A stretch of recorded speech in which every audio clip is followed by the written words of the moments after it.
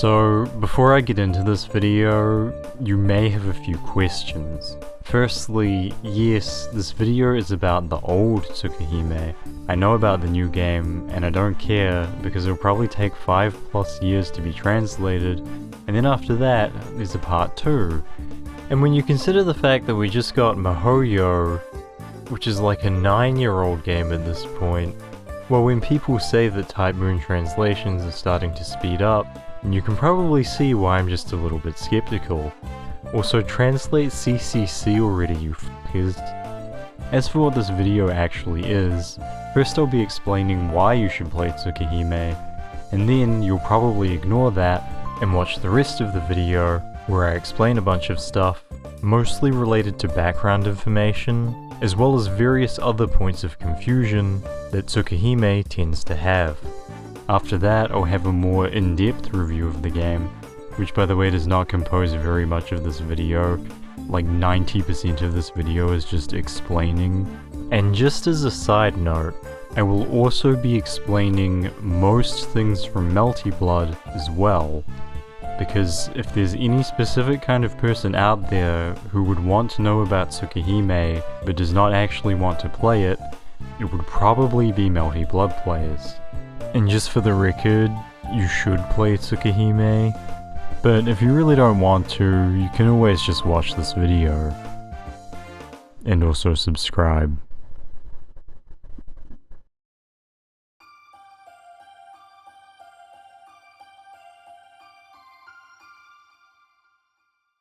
So, Tsukihime is essentially a story about mortality, vampires, drama, and going fucking insane. The story centers around the protagonist, Shiki Tohno, who has the ability to kill literally anything. He can do this because he has magical eyes which can perceive death lines and death points on things, and when he cuts or stabs those lines with his knife, the thing essentially just dies. This does include people, but Shiki's not really a bad guy, and he also has a pair of glasses which help him suppress his eyes so he doesn't have to look at death all the time. One day, however, for reasons which you cannot possibly comprehend on your first playthrough, Shiki is out one day and sees a white woman, that's the game's words, not mine, and desperately wants to kill her. So he stalks her back to her apartment and uses his eyes to cut her into 17 pieces. After that, he's completely horrified by what he's done, but he manages to get over it and goes back home. The next day, however, when he's walking to school again, he sees that same woman. And as it turns out, she's a super immortal vampire. And not only that, but she's a good super immortal vampire who came here to kill other super immortal vampires who will basically destroy the city. And because Shiki killed her, she had to use like 90% of her power to regenerate, and now the city's fucked. As for the best part though, she's not even really mad at Shiki, she's just more like, damn, kind of impressed that a human managed to do that. And that is basically the opening to Tsukihime. It really is a great read, but I do have to make a few warnings. For one thing, there's not really as much fighting in Tsukihime as you might think. Yes, it is there, and yes, it is important, but the game is actually quite slow-paced at times, so if that's not really your thing, then you might want to give it a miss. I also just have to give like a content warning for Tsukihime, because it has content, and it's not always consensual content either, especially not when a certain someone is involved. And lastly, Tsukihime can be quite confusing. There are a number of legitimate reasons for that, and while it is a bit of a flaw, I still think that not spoiling yourself and just reading it is still probably the best way to do things. With that being said though, there's very good reason for this video to exist, and if you do go away to play Tsukihime, just remember that it's still here waiting for you.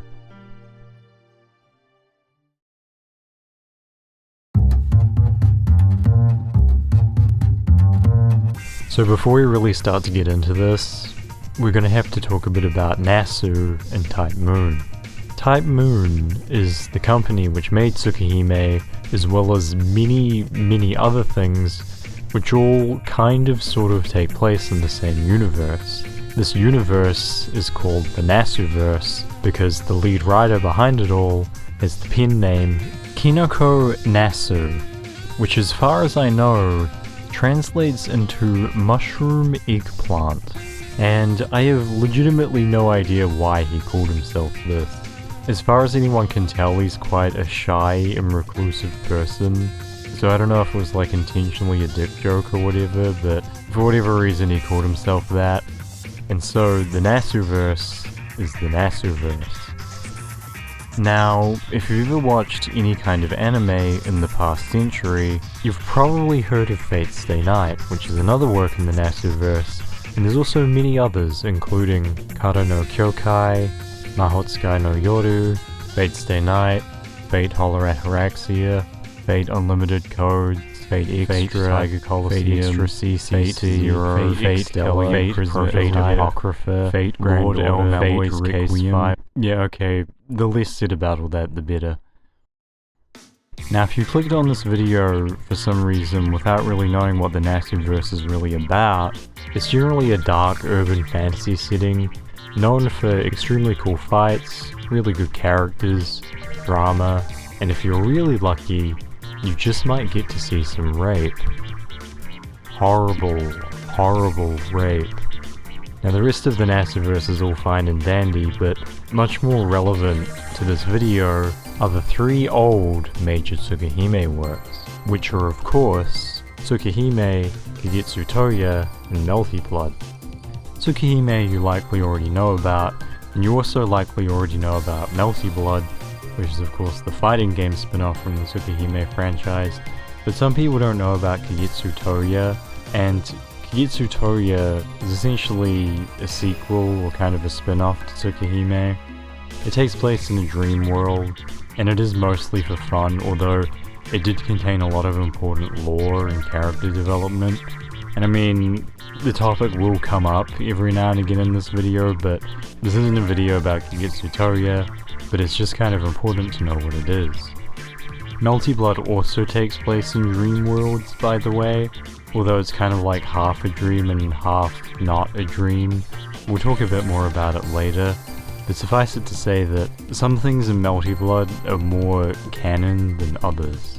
But that pretty much concludes all of this preamble, so now we can finally get to explaining Tsukihime, and our story begins 4,000 years ago.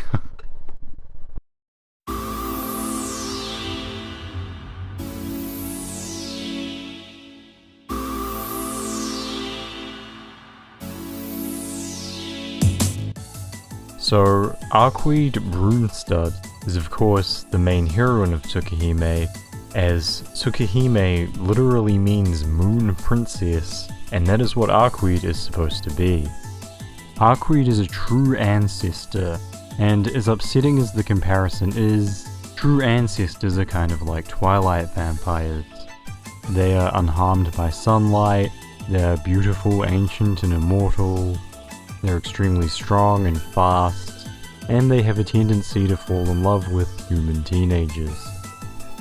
The key difference though is that true ancestors don't actually need to drink blood, but they do have a craving for it.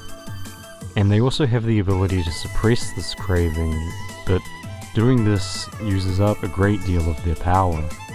So naturally, when they stop suppressing that impulse, they tend to become a lot more powerful, and also kind of a massive problem. And as usual, wherever there's a massive problem, there usually has to be a janitor who will clean that problem up. And unfortunately for Arcuied, that janitor ended up being her. This was mostly because she was the most powerful of the true ancestors, despite being born normally, because you know they can breed with each other and stuff. And there were a lot of true ancestors who were like trying to create the perfect true ancestor or whatever, but Arcuied just kind of almost ended up being it by accident. From then on out, she basically lived this horrible life where she would be put to sleep, then when another true ancestor needed to be killed or some other vampire, she would be woken up, taught a bunch of stuff that she needed to know in order to find them and kill them, and then go kill them, and then come back and be put to sleep again. She did that for about 1,000 years or so, until of course she finally met Shiki. And that's kind of the reason why Arcuied is sort of not great at dealing with people sometimes. With all that being said though, she also gets a lot of really nice character development in Tsukihime, and while it sounds kind of cliche, it's actually handled really well, and it also does a good job of tying in with the game's overarching theme of mortality. Still though, that's all really neither here nor there, because now I have to explain about Crimson Moon and the origins of the true ancestors, and I mean, it's pretty debatable how important this is, but it is actually kind of interesting, so we just play it safe and explain it anyway.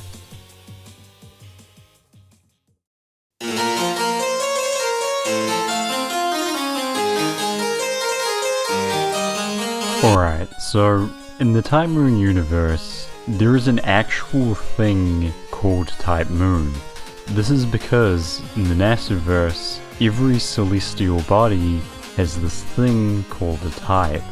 So you'd have a Type Mercury, a Type Venus, a Type Mars, as well as Type Pluto, before it got retconned out of the Nasuverse.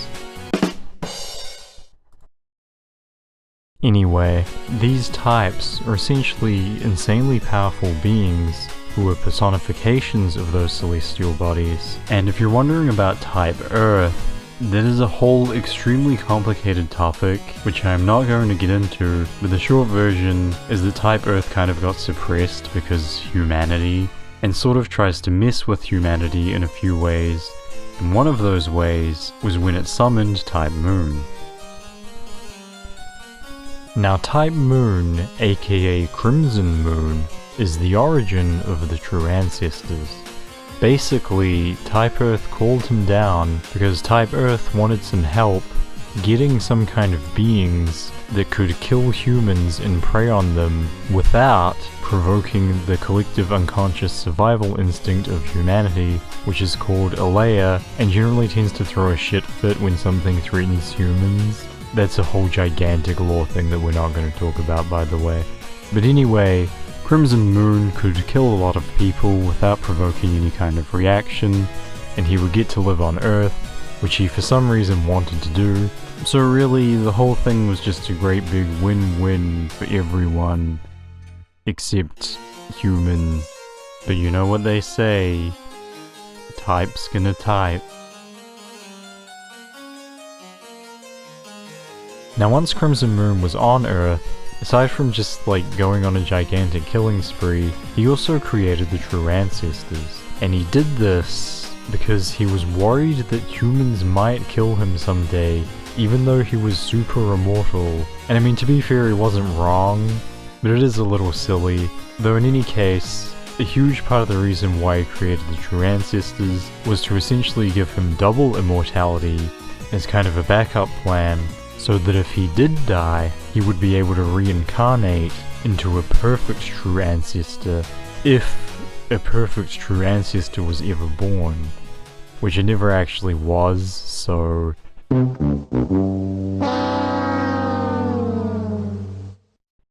Now this doesn't really matter too much, but if you play Melty Blood and you're curious about the archetype Earth character, this is essentially a fragment of Crimson Moon that is inside Arcuied, because again there's kind of a fragment of him within all of the true ancestors, and Arcuied was one of the ones who was born closest to being a perfect match. I mean, still nowhere near close enough for him to actually take her over, but definitely close enough for there to be like a subconscious fragment of him within her, and that is basically what the archetype Earth character is. It only comes out in dream worlds, and it's not like really a thing that Arcuied has to worry about, but it is pretty interesting. And as another side note, the Brunstad Castle is also something that Arcuied can only project because she is so similar to Crimson Moon. Like, it's this actual castle that exists in reality somewhere that she is able to make. I'm not entirely sure how that power works, but that is also a thing.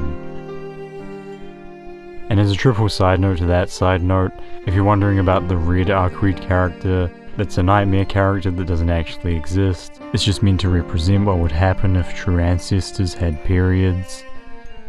No, it's just a nightmare version of Arc that drinks blood.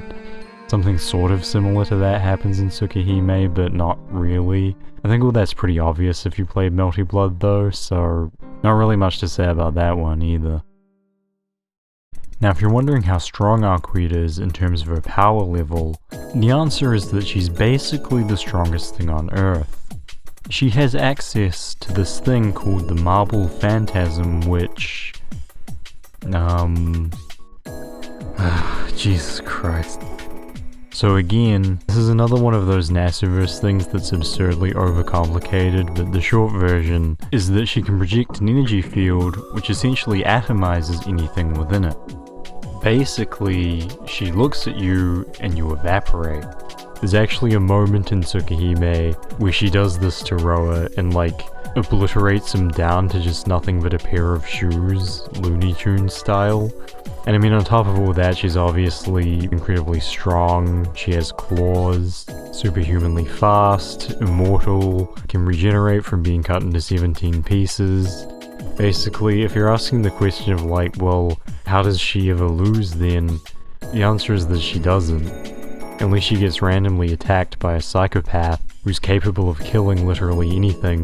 But even then she doesn't actually die from that, and like could have just easily killed Shiki when she came back. So, yeah.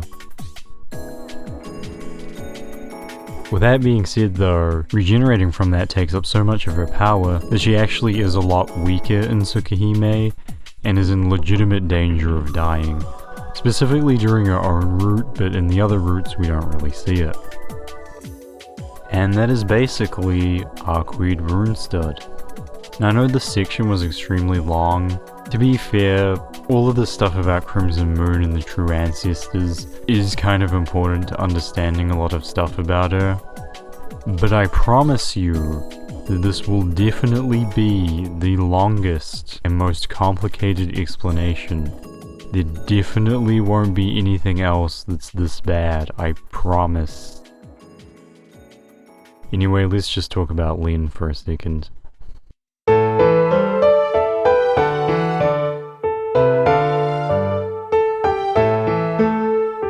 Now one final thing about Arcuied is that she also has a familiar named Lin. Lin is kind of like half girl, half succubus, half cat. And she's basically this familiar that manipulates dreams mostly. She's not really relevant in Tsukihime, but she has a pretty large role in Kagetsu Toya, and she's also sort of relevant to Melty Blood. She doesn't really have any powers, mostly just relates to dream stuff, and because Melty Blood is a dream world, she's pretty powerful there, but that's kinda it. And in terms of her personality, she just like doesn't talk, and she just eats cake. And is also a cat. And I mean, I hate to give such a short description, but she's more of a Kagetsu Toya character than anything else. She's kind of frustrating to explain because her backstory, as well as her character, are the kind of thing that sounds very generic when you just rattle it off in a description, but she's actually one of the best parts of Kagetsu Toya, like she's actually handled really well. And without going too hard into the details, she works really hard to prevent Shiki from suffering, even though she doesn't really have to. And even though she may not look like it, she's kind of the goodest girl. And that's basically Lin in a nutshell. Also, I mean, some people probably get mad at me if I don't mention this, but she does technically show up in Tsukihime. I mean, she doesn't show up physically with a sprite or anything, but there's a part in Tsukihime where Arcuied sends her to give Shiki a dream, which is of course an H scene, and you actually get to choose from a bunch of different people, and like, there's actually like some pretty humorous parts where like, if you choose to dream about Ciel and then you talk to her the next day, like you get special dialogue. Same for Arcuied as well. It's a pretty minor part of the game that doesn't really matter. But anyway, that is Lin's handiwork. But again, it's not really all that important.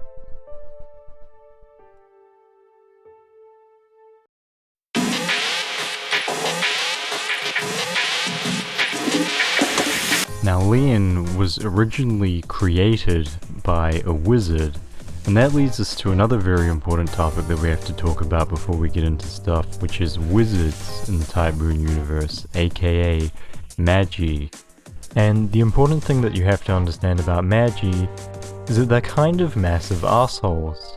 And while some of them are okay people, the vast majority of them are just extremely obsessed with their research, which they generally tend to prioritize a lot over things like morality, not becoming a vampire, not turning yourself into some kind of monstrosity in general.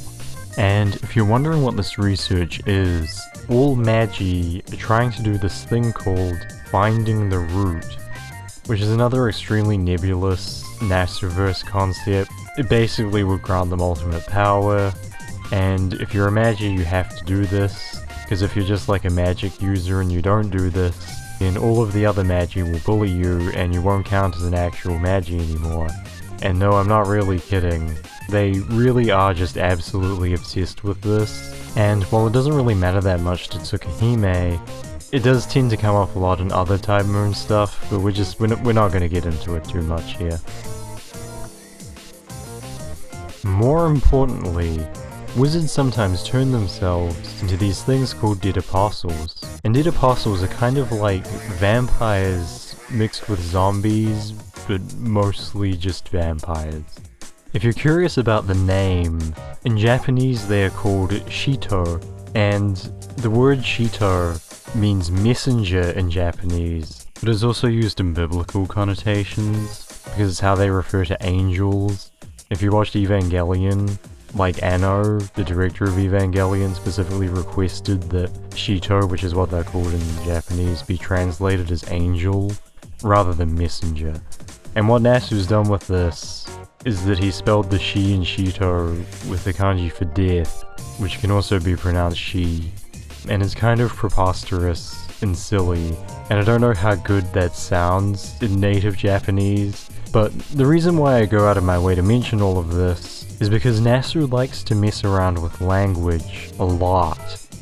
And while his attempts to do that in Japanese are debatably awesome, when it comes to him doing stuff in English, it tends to be a bit of a different story.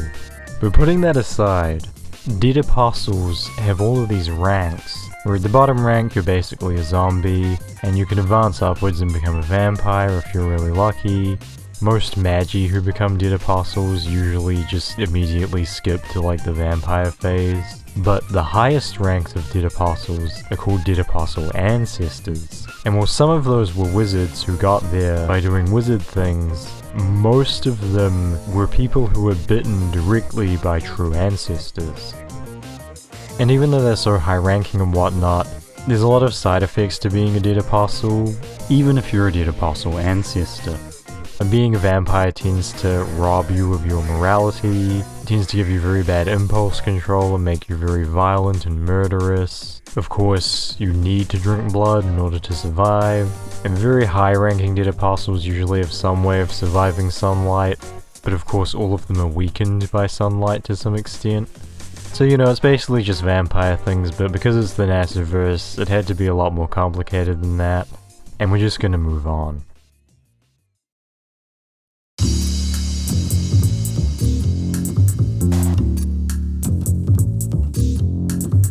So the first big dead apostle ancestor that we're going to talk about is of course Nero. And yes, his name is pronounced Nero, and that big spiel I gave about how Nasu likes to mess with language, that was foreshadowing. Now if you're wondering why it's like that, there's some obscure numerology thing where each letter has a number, and when you add it up, it adds up to a number, and Nero's name is spelled that way because it adds up to 666, and Nasu didn't really care about the fact that it would be pronounced Nvnsqr in English, because again, Nasu. Now Nero's main powers and abilities are the fact that he is made up of 666 beasts, in quotation marks. What this actually means is that he's made up out of a weird kind of primordial soup, and he can send out parts of the soup and when he sends them out they turn into random black animals, and even he doesn't know what they're going to be when he sends them. And while the animals aren't individually that powerful, he is still insanely powerful, even by Nvnsqr standards. If full power Arcuied was like an S tier, Nero would probably be like an A tier, or maybe like the bottom of S tier or something. It probably should be noted that full power Arcuied would body him, but with the way she is in Tsukihime, Nero could pretty easily kill her. Although there are some times in Tsukihime where Arc just kills him off screen, so it's hard to really say.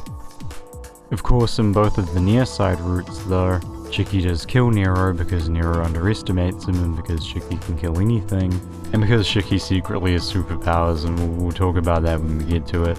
But basically, if it wasn't for that, there's not that many people in the Nvnsqrverse who would really stand a realistic chance against him. Probably because he can also summon phantasmal beasts, which is a big deal in the Nvnsqrverse, but we're not going to get into that.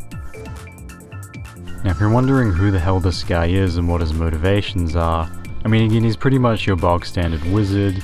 He turned himself into his current self via research, and his main goal in life is that he seeks to fully understand himself and the mystery that is how he actually managed to turn himself into chaos, which, I mean, you'd think he'd understand it given that he did that, but no, apparently.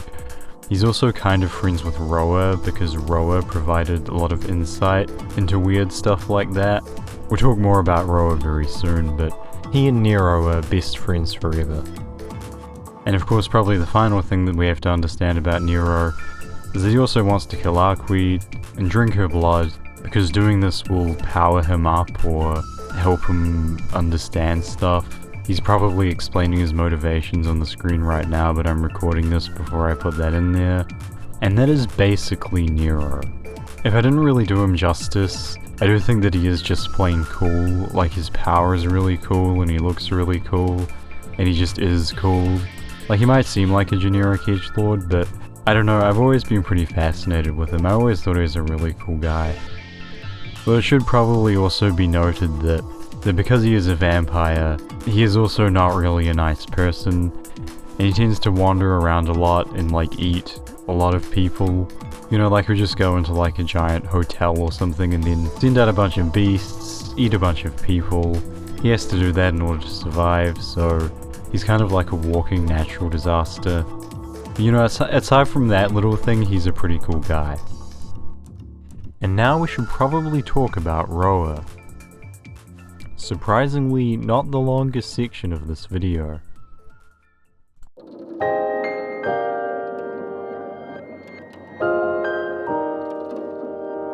So, Michael Roa Valdamyong, aka Roa, is another pretty messed up name.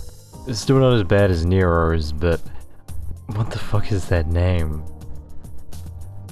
Now, while Nero is fairly straightforward and mostly a bit player in Tsukihime, Roa is a lot more complicated, and also plays a huge role in things, and is probably one of the single biggest reasons why Tsukihime is so confusing. But to wind back a bit and explain his motivations, Roa was this guy who was a brilliant wizard but was technically part of the church. More on that at some point. And his main thing was that he was obsessed with immortality. He hated how things died, he hated how things always had a natural end to them. He kind of serves as like the thematic opposite of Shiki, because of course Tsukihime is kind of about accepting mortality and whatnot. And basically, Roa was so obsessed with immortality that he tricked Arcuied into biting him and turning him into a dead apostle ancestor, and then, even though he was technically kind of immortal already, basically went on to make himself super immortal. Kind of like what Crimson Moon did, but where Crimson Moon had to reincarnate into something that was essentially a perfect copy of himself, Roa can just reincarnate into whoever he wants. And in fact, Roa himself notes that Crimson Moon's chosen method of immortality is shit. Unfortunately, there is one rather significant drawback of Roa's chosen method of immortality, which is that every time he does it, part of his ego or his self kind of wears away, and by the time of Tsukihime there's actually very little of Roa's original personality left. But part of Roa's personality that remains and persists is, of course, his eternal desire to remain immortal, and also his vampirism. And he's also kind of in love with Arcuied, but we'll talk a bit about that later. Now, as for his exact powers and whatnot, Roa was an exceptionally talented wizard, and he also canonically has a lot of lightning related powers, but he doesn't actually use those in Tsukihime. I think they just gave those to him in a retcon so that he'd have cool stuff to do in Melty Blood. But the most important things are his vampirism and his reincarnation. Now when Roa reincarnates, he can choose a host body to reincarnate into. He usually chooses people who are both rich and have some kind of special innate power, like demon bloodlines and whatnot, but sometimes when he dies too quickly and can't hand-pick someone, he can kind of just use a matchmaking system. You know, he just queues into a dungeon finder, and essentially pairs him up with someone who is either very rich or has a lot of innate talent. Once the person has been chosen and Roa has died, basically his soul goes into them and lays dormant for a long time, until sometime around their teenage years, it awakens and they get fully taken over by Roa, but horrifyingly, the person that gets taken over remains conscious and still has like a tiny amount of control and has to watch everything that's happening. But of course, since Roa is a vampire, he tends to kill a lot of people and be a psychopath with no morals. And being possessed by Roa for a long time when it's starting to awaken, because of the vampirism, you start to develop some impulse control issues. And some of the more infamous scenes in Tsukihime, like the chair scene where Shiki fucks up a chair, or you know, a lot of the rape stuff, that is just par for the course for what Roa possession does to a motherfucker.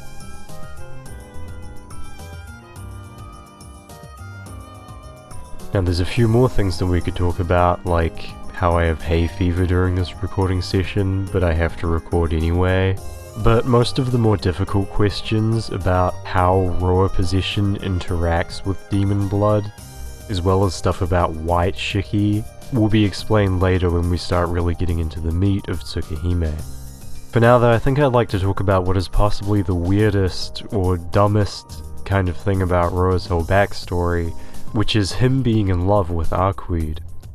Because you see, it's pretty common in the Nasuverse for Nasu to like write characters who are like extremely weird and who are hyper fixated on stuff. And basically, Roa's thing was that he was so perfectly focused on immortality, he just had no room in his mind for anything else. But when he saw Arcuied, partially I guess because she was perfectly immortal, Roa fell in love with her, but didn't realize that what he was feeling was love. And because Arcuied started to live rent-free in his head and he couldn't stop thinking about her, he started to feel like he had been corrupted somehow.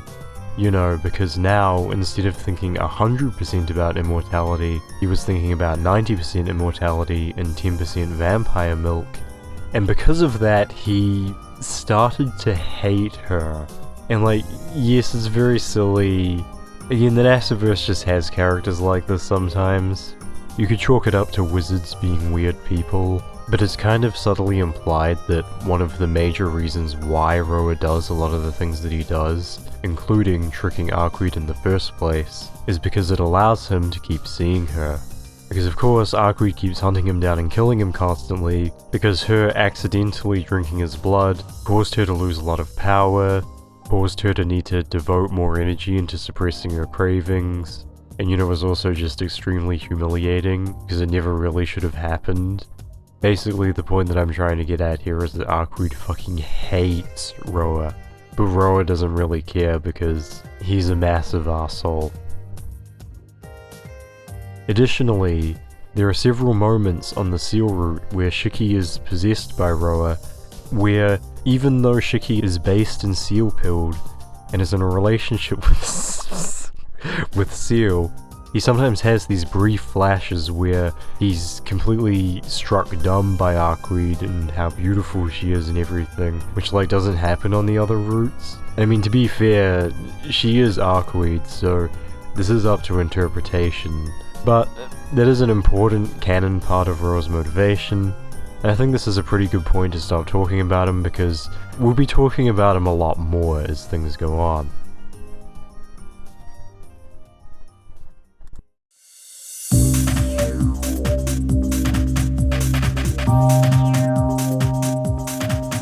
So, speaking of Roa, it's probably a good idea to talk about Ciel before we really start to get into things. But before I can talk about that, I also just have to talk about her name, because I hate the name Ciel. Like, for some reason there's a bunch of Japanese characters named Ciel, and they pronounce it Shiru, and it's like based off of this weird French name which is pronounced like Ciel or something. And I mean, like, I'm apparently one of the very few people on the planet who actually likes Ciel, but I don't really like her enough to pronounce her name correctly.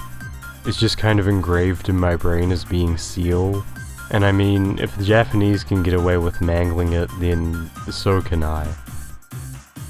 Now, with all that extremely important business out of the way, once upon a time, Arcuied managed to kill Roa a lot faster than normal. And because of this, Roa had to use his matchmaking system, and he decided to queue into someone who was just really powerful without bothering to care about their wealth or social status. Because of this, it ended up picking Ciel, who was just a random village girl in a French village, and I swear this was supposed to be like 100 years or something before Tsukihime, but apparently it's not. I think I just got confused, because we see the village in Tsukihime and it looks like a really old medieval village. But apparently all this didn't really happen that much earlier than Tsukihime, and Ciel got possessed. Now of course, because of this possession, she was still conscious, and she had to watch as like Roa murdered her family, and a bunch of people, and Ciel kind of has like guilt over it, which is part of her past trauma, but honestly we mostly only see that in Kigetsu Toya. Her real past trauma is something that's kind of a lot worse. So basically, when Arc came to town to kill Roa, she managed to kill him, but for some reason, and this is not explained anywhere as far as I know, Ciel somehow survived this, and Roa went off like normal, but somehow Ciel kind of had some weird property of Roa's soul engraved onto hers, and basically Ciel became like ultra immortal. Like Roa just reincarnates, but Ciel, like if you just like cut her head off, time just rewinds and it gets uncut. Now of course all of this probably sounds like a pretty sweet deal, but you see the thing is that after all this happened, Ciel got taken to the church, and oh fuck, I haven't explained about the church yet.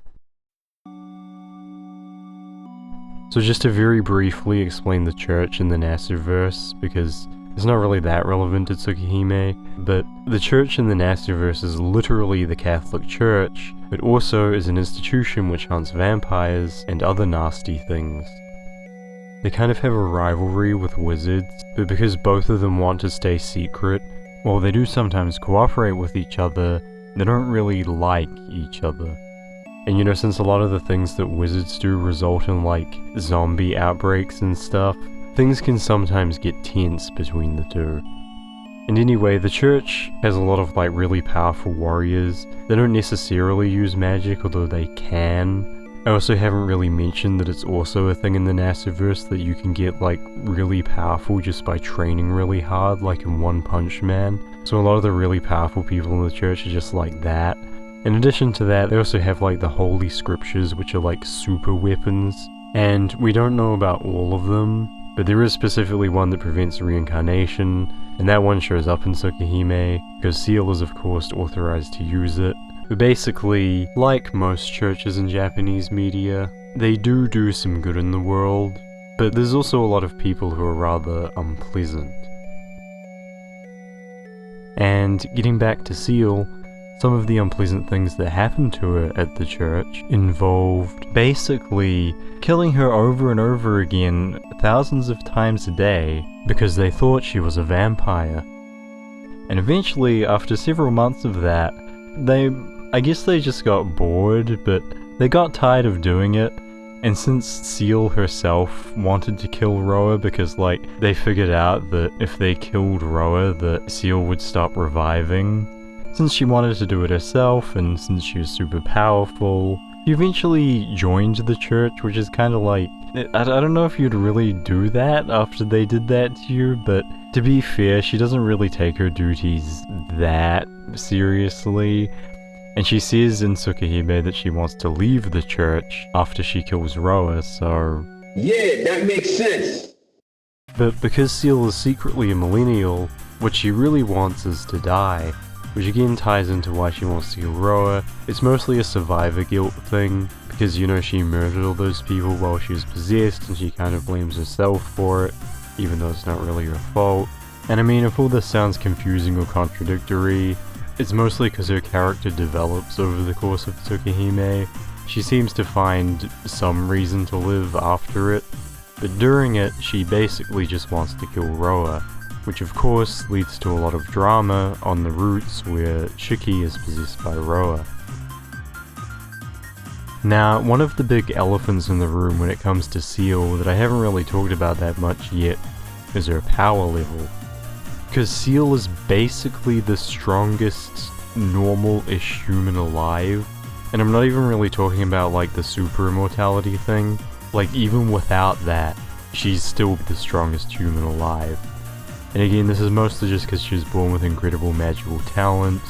When you combine that with all of her training, on top of essentially having super strength and super speed, and having the ability to do lots of things that are difficult for normal people to do because normal people don't have that much mana, Ciel is also packing a massive pedonkadonk, which is so canonically large that it has its own mini-section on her page on the Type Moon Wiki, and I mean, I don't know if this video will get it deleted, but it was there.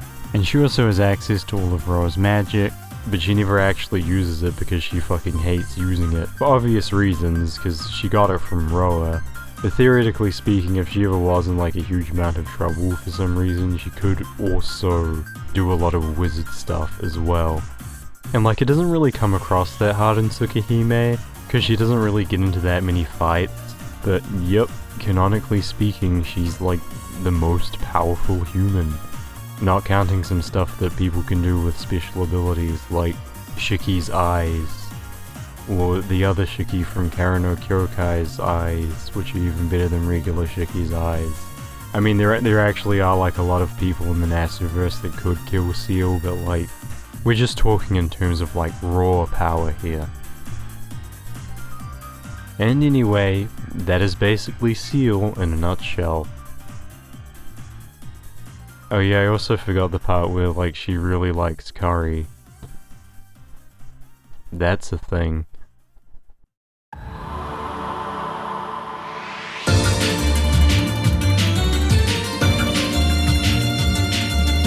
Alright, so at this point in the video, we're starting to get close to the point where I could start talking about the actual events of Tsukihime, but instead, I wanted to just devote a small section to Melty Blood. And you don't have to worry, if you don't care about Melty Blood or do the YouTube thing, you can skip this section. Basically, nothing in this section is really relevant to Tsukihime except Aoko. And like, it doesn't really, Aoko's not really all that relevant. So on that note, I should probably just get her out of the way first. Aoko Aozaki is a wizard, but more importantly, she is a sorceress.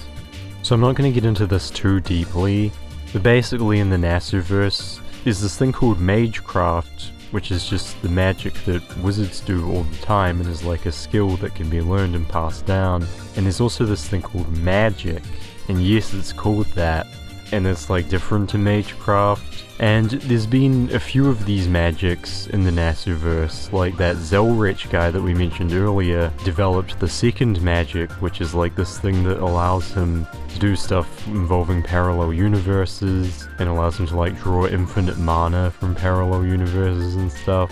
The magics are just kind of bullshit abilities like that. And Aoko's fifth magic has like something to do with time travel or something. It's like, again, it's like the Marble Phantasm where like there's this giant wiki page on it. And I still haven't played Mahotsukai no Yoru. It's on my to-do list. I mean, I was waiting for it for like 9 years, so I kinda lost interest in it. It's not really relevant anyway because it's probably part of like the new canon. And I'm pretty sure that Aoko doesn't even like use the fifth magic in like Melty Blood. She mostly just jumps around a lot and says Sugoi. And Aoko's like regular combat abilities when she's not using it are basically that she just shoots energy blasts.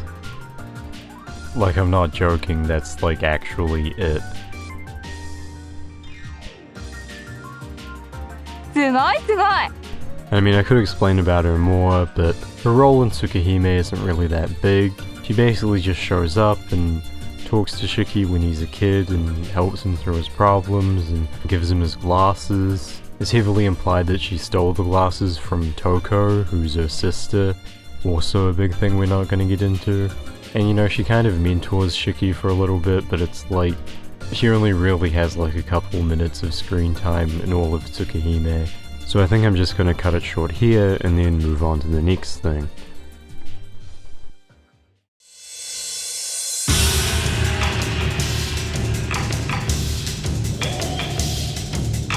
That next thing is Wallachia, which is apparently pronounced Wallachia, but I'm just going to keep calling it Wallachia. So Wallachia is a dead apostle ancestor who was originally this guy named Zepia. Zepia was from the Atlas Institute, and I don't really want to explain the Atlas Institute, but I guess I kind of have to if we're going to get into this. Basically in the Nasuverse you have 3 wizarding schools. The Clock Tower, which is the main one, which is like 90% of everything in the Nasuverse to do with wizards. You have the Wandering Sea, who deal with like super ancient mysteries, and like less than 1% of all the Nasuverse and the stuff is them. Although Nero was originally from there apparently. And then you have the Atlas Institute. And basically the Atlas Institute is like the logical kind of one of the 3, like they kind of take like a scientific approach to Magecraft. Most people in the Atlas Institute have this ability called thought acceleration, which accelerates their thoughts. There's also a lot of them that can like split their brain into like different parts so that they can like parallel process things. Basically they're like the brainy science faction, although turning themselves into strange monstrosities tends to be pretty rare with them. And anyway, if you've ever seen that wizard comic about the wizard that just leaves shotguns everywhere, the Atlas Institute is kind of like that. Because you see, Atlas alchemists who live at the Institute just have this habit of creating super weapons. Like, there's no real reason behind it or anything. They're just like, hey, I wonder if I could create this horrific world-destroying item. So then they create it. And like, to give them some credit, they're responsible enough to store it away in the vault. But I mean, the vault is there. And as far as I know, no one's really broken into it or anything, but it's just, again, it's just another Nasuverse lore thing. So anyway, people at the Atlas Institute also have ways of sometimes seeing the future, and it was because of this that Zepia one day saw that humanity would end, and then went insane, and decided that he'd do everything in his power to stop it. Probably because he was insane. And anyway, because of either mysterious future stuff or insanity, he somehow got it into his head that if he could somehow become a true ancestor, that he would be able to prevent the end of the world somehow. We don't really know many details about this.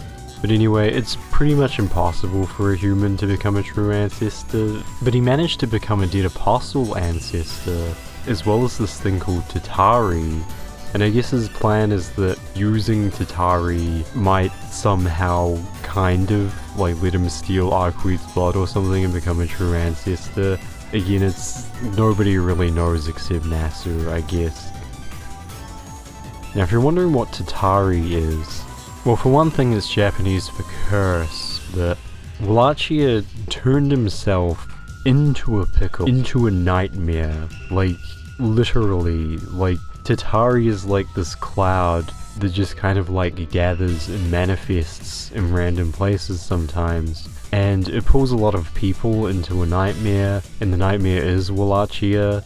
It's kind of confusing, like one of those deals, but if you've heard me say that Melty Blood takes place in a dream world, this is basically what I'm talking about. I mean, the different Melty Bloods take place in like different kind of dream worlds and stuff, but the reason why completely normal people like Kohaku, who is normal, can be fighting with characters like Arcuied and Ciel and Nero and stuff is because Melty Blood takes place in a dream world. You know, like it's not a dream, you know, it's not like a non-canon like, oh, Shiki woke up and the dream isn't real anymore kind of dream. The stuff is happening, but it's happening like within Tatari, or within things that are like Tatari. It's a bit hard to explain, but you kind of get the idea. It's like an altered reality.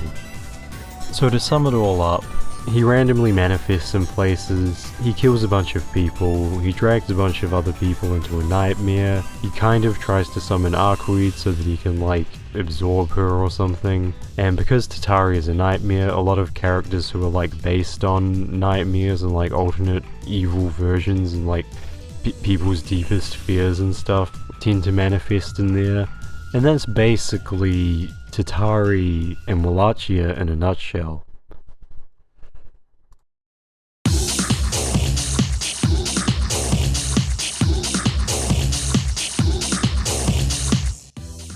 Speaking of the Atlas Academy, we also have Sion, which in Japanese is pronounced Sion, but it was probably romanized badly, but whatever.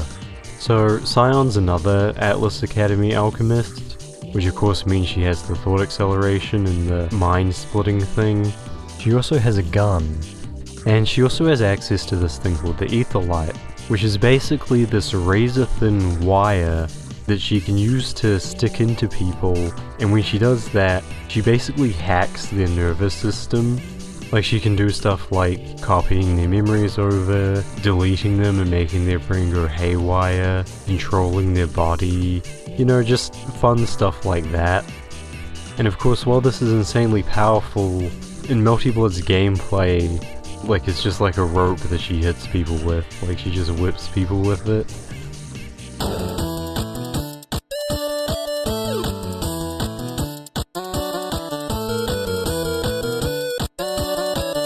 She also has a gun, and she also apparently has access to a replica of the Black Barrel, and the Black Barrel is another significant Nasuverse lore thing which has been showing up quite a lot lately in Nasuverse stuff. Basically it's like a gun that can remove immortality from things. It is really cool, but I can't really get into it too deeply here. But anyway, on top of all that, she's also a dead apostle, like just a regular vampire. And that gives her a lot of extra strength, a lot of extra fighting ability. She also has a gun, and she is weak to sunlight, but I think that the reason why she's not evil is because she can split her brain into multiple parts. Akiha kind of does something similar to this when Roa tries to possess her, so actually it's not really like that at all. I don't know why I said that.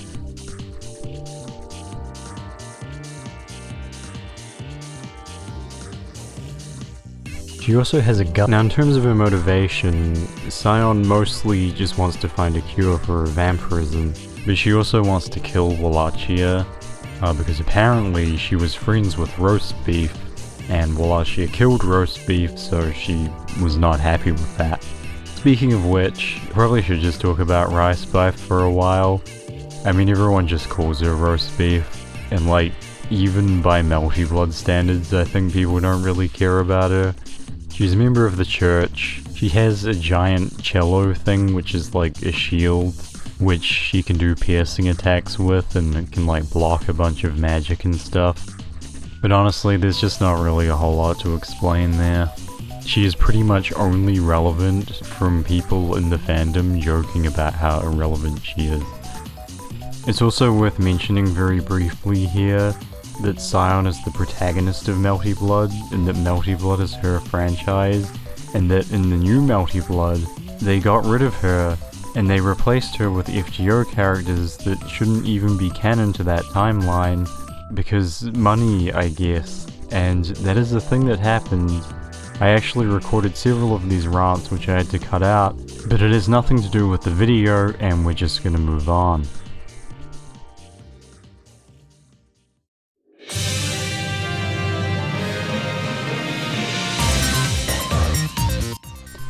So up next we have Miyako.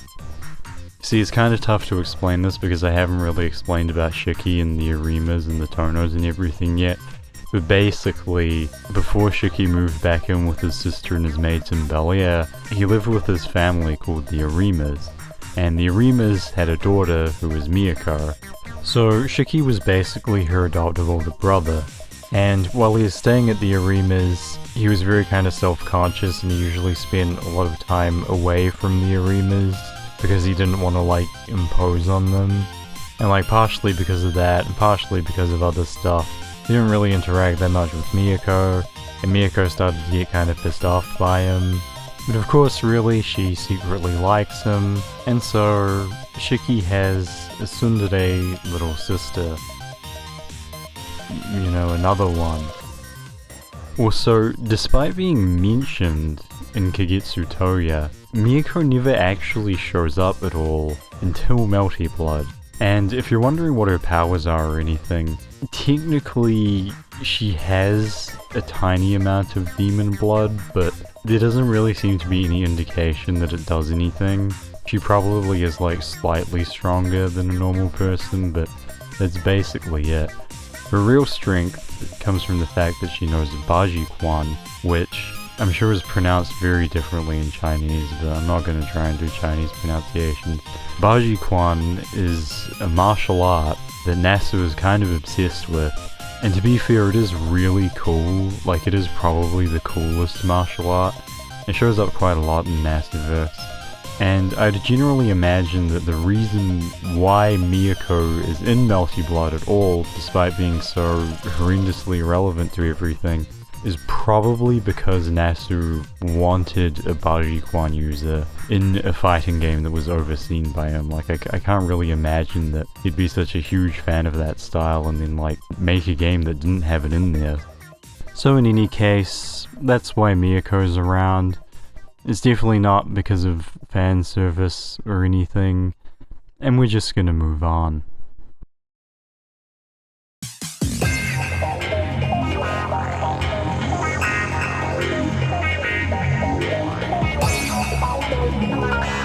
Then we have White Len. You know, the Len that's not allowed to say the N-word. I mean, honestly though, there's not really that much to say about White Len. Apparently Aoko made her from the remains of Wallachia, and she's kind of more talkative and more energetic and more of a tsundere. I mean, look, I'm just gonna be real with you guys. I only played the first Melty Blood. I did like most of the story mode in the first Melty Blood, and in the other Melty Bloods, like, for some reason they all have their own stories, and like, in order to see all their story, you'd have to play like the arcade mode for like every single character, and I think that there's like an additional story mode on top of that. So I mean, I'm sorry if I don't really know that much about like White Len. She is important in one of the Melty Bloods, but she has like less than zero relevance to anything in the Typhoon universe outside of that. But she's apparently more powerful than regular Len, because she has some of Wallachia's powers. She forms a contract with Shiki Nania or something, and those two become a cute couple. And honestly, that's kind of all that can really be said about White Len, as far as I know.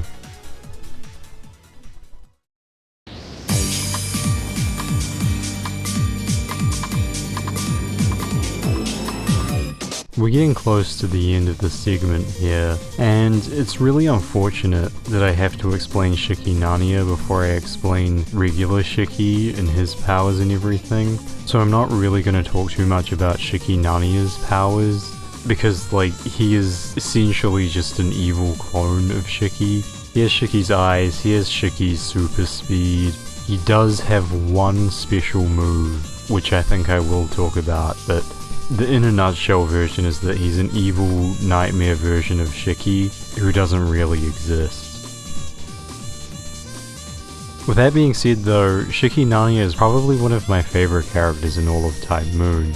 He makes his debut in Kagetsu Toya, which is also a dream world, and he is just so amazing in that game. And I mean, he's just amazing in everything. Like, what he basically is a manifestation of Shiki's subconscious fear over what he might become if he was to use his eyes too much.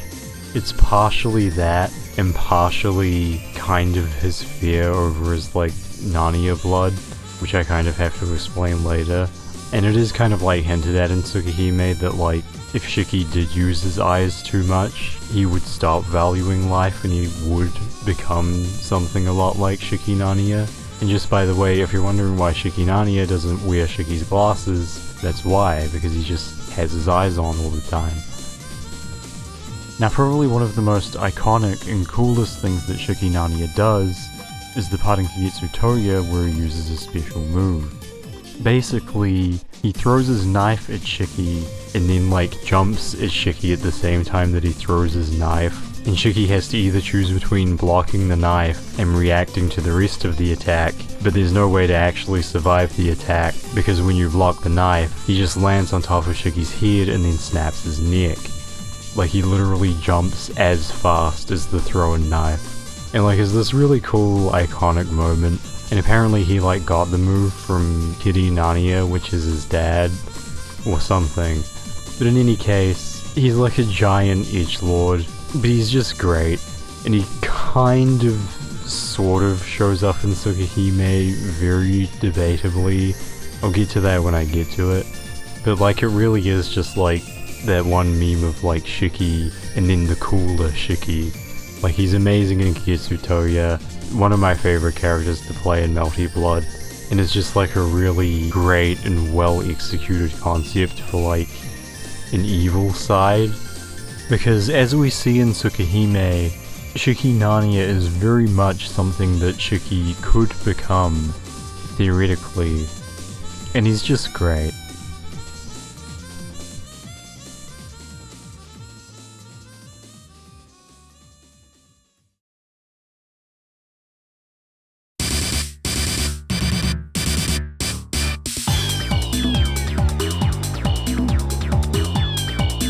Now finally, the last thing that I have to explain here is Neko Arc. So the thing about trying to explain Neko Arc is that there really just isn't an explanation for Neko Arc. Like, I mean, if you go on the wiki, there's like a whole bunch of bullshit, which is just like all this joke stuff that Natsu said that's just like completely and totally insane. Neko Arc is just like kind of this facet of Arcuied. I think it was just like a joke way of drawing Arcuied, like maybe Takeuchi did like a doodle or something and they just rolled with it. Like, it's really bizarre. It shows up in Tsukihime during the Ciel Sensei segments, which are non-canon joke segments where Ciel gives you advice about how to progress in the game. And I think it's just meant to be just like a joke version of Arcuied, because like, Neko Arc didn't really become its own character until Melty Blood. Like, up until Melty Blood, whenever Neko Arc would appear, they would just like refer to her as if she is exactly like Arcuied. So basically, it's just this kind of jokey, doodly way of drawing Arcuied. Maybe something kind of like the equivalent of like Chestnut Puck, if you read Berserk, and then somehow it just kind of morphed into its own thing. I mean, to be fair, Neko Arc was really funny in Kagetsu Toya, so I'm not really surprised that like it took off within the fandom and that like Natsu liked it enough to like put it a bunch more and stuff. But as to the question of why Neko Arc became like a meme within like the fighting game community and the internet at large, just like randomly a couple years ago, I have absolutely no idea. And that is basically Neko Arc. There is just no explanation. It's just a shitpost. People liked it, NASA liked it, everyone liked it, and then like 20 years after Tsukihime came out, the internet liked it.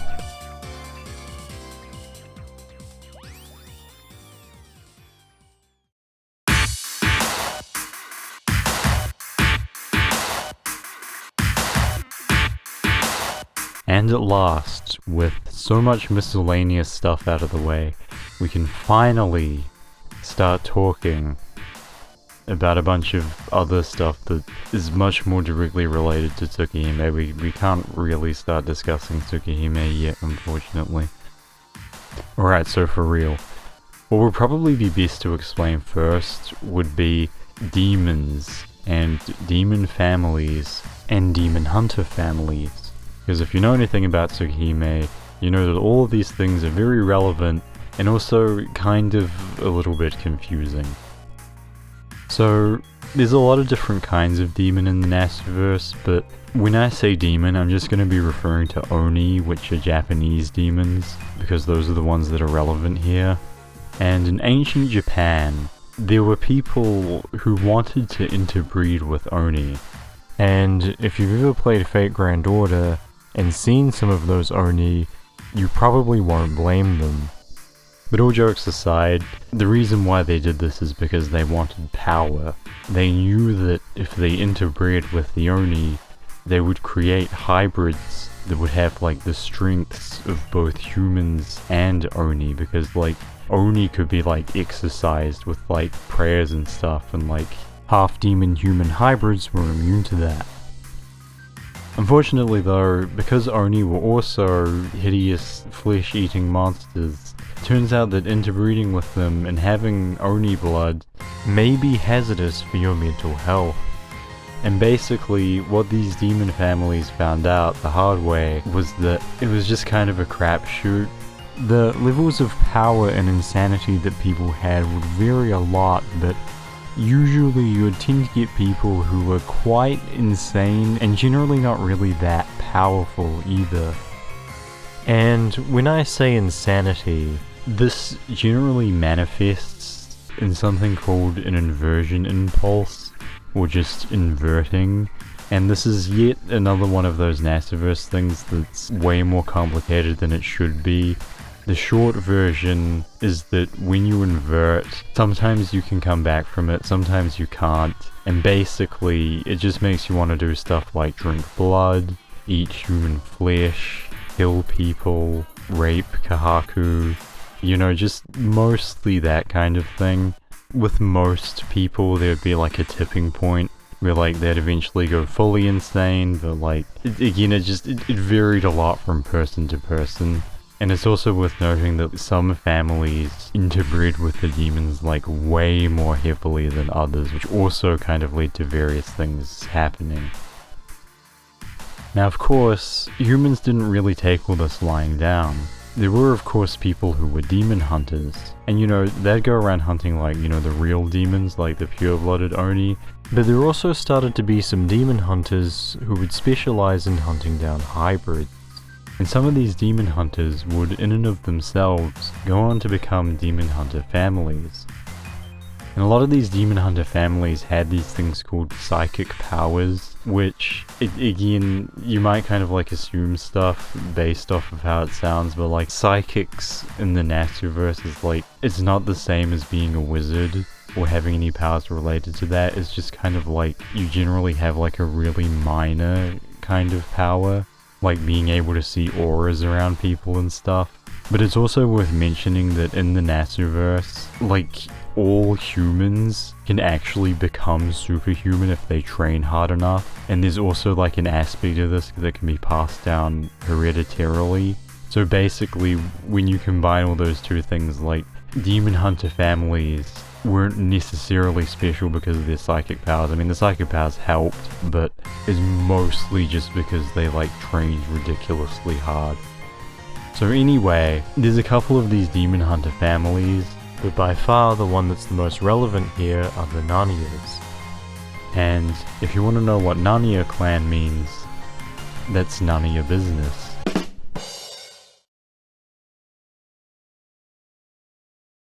The major thing that the Nanias have going on is agility. The Nanias basically have the superpower where they can kind of like literally teleport behind you or like move incredibly quickly for short bursts. Shiki and Tsukihime doesn't really use it that much, I'm assuming because he wasn't really like trained in it. But there are a lot of moments in Tsukihime where he like moves at super speed.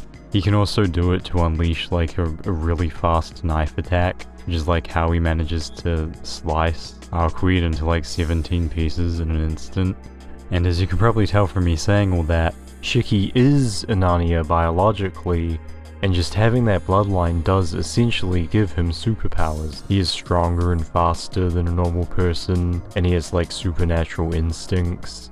And again, like when you understand this and you read Tsukihime, like there's a lot of like little moments where Shiki does things that a normal human shouldn't be able to do. All of it is because of his Narnia blood. But we'll explain more about it later. Now if you're wondering what happened to the Narnias, they all died. Because Tohno Makihisa for some reason got them all killed, and he used someone named Kishima Kouma to do this, and we'll talk more about that very soon. But the important thing to understand here is that Shiki is unfortunately the last of the Nanias.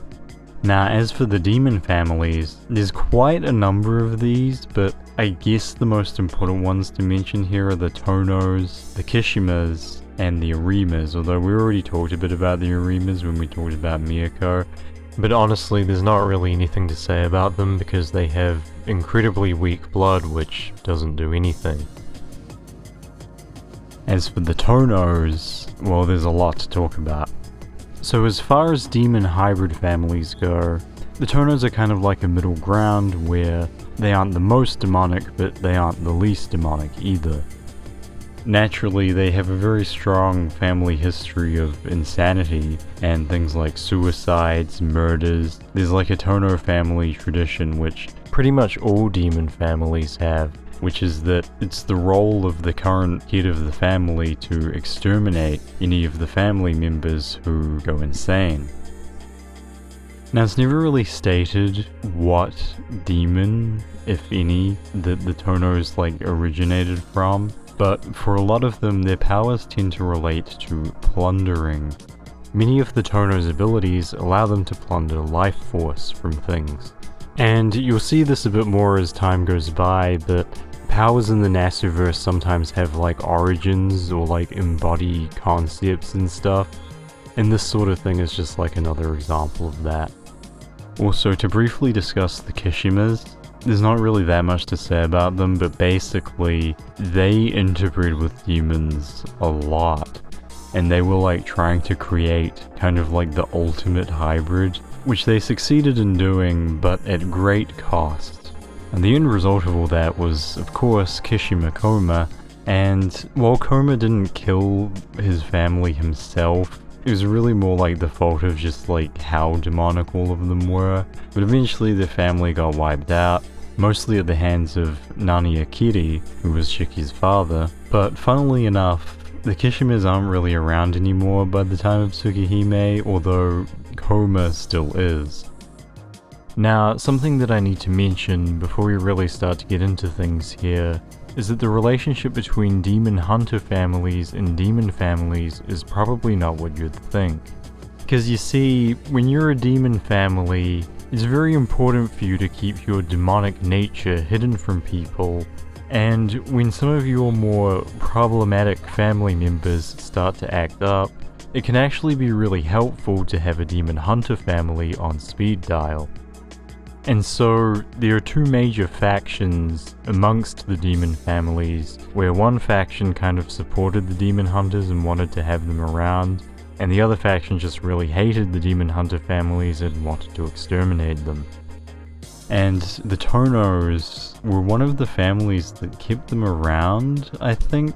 See, this isn't actually really mentioned all that much, and Tohno Makihisa's motive for killing the Nanias is, to my knowledge, not actually stated anywhere. He just did it for some reason.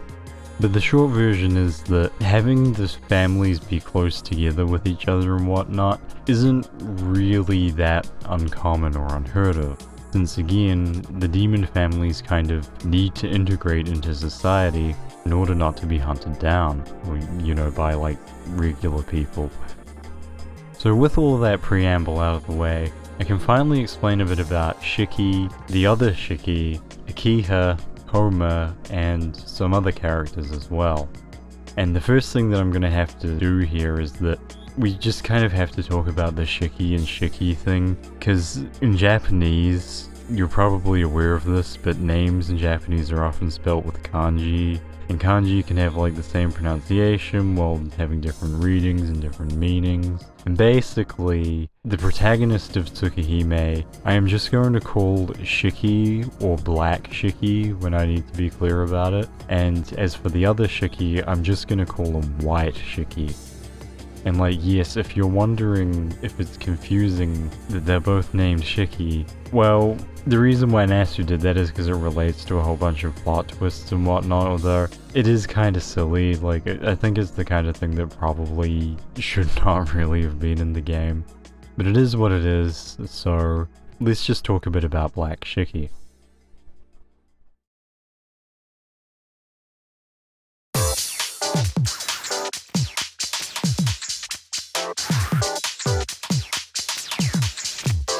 So, while Black Shiki goes by the name of Shiki Tohno, he is biologically the last of the Nanias, and this has a few implications.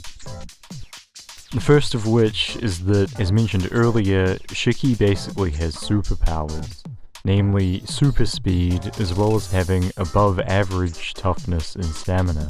He can also theoretically do some stuff like moving so fast that he can teleport behind people, or like unleash a flurry of knife cuts all at once. But because he is never trained, he can only do this when like he's in Narnia mode, for lack of a better term, like when he gets really focused. The other major thing that being in Narnia does to him is that he sometimes has the impulse to kill non-humans. And this tends to activate around things like vampires or half-demon hybrids, although it doesn't really activate around Akiha because they like grew up together. Although it does activate when Akiha starts to turn red and starts trying to seduce him, unfortunately. But the important thing here is that once you know this about Shiki, a lot of things start to make sense. And you like kind of have to play Tsukihime and then like replay it, and then during all the times when his Narnia blood is awakening, you can be like, oh, this is Narnia blood. Again, the fact that it's kind of explained so out of order and isn't really explained that well is kind of, Now the other major thing that we have to explain about Shiki is his mystic eyes of depth perception. Now the other major thing that we have to explain about Shiki are the mystic eyes of death perception.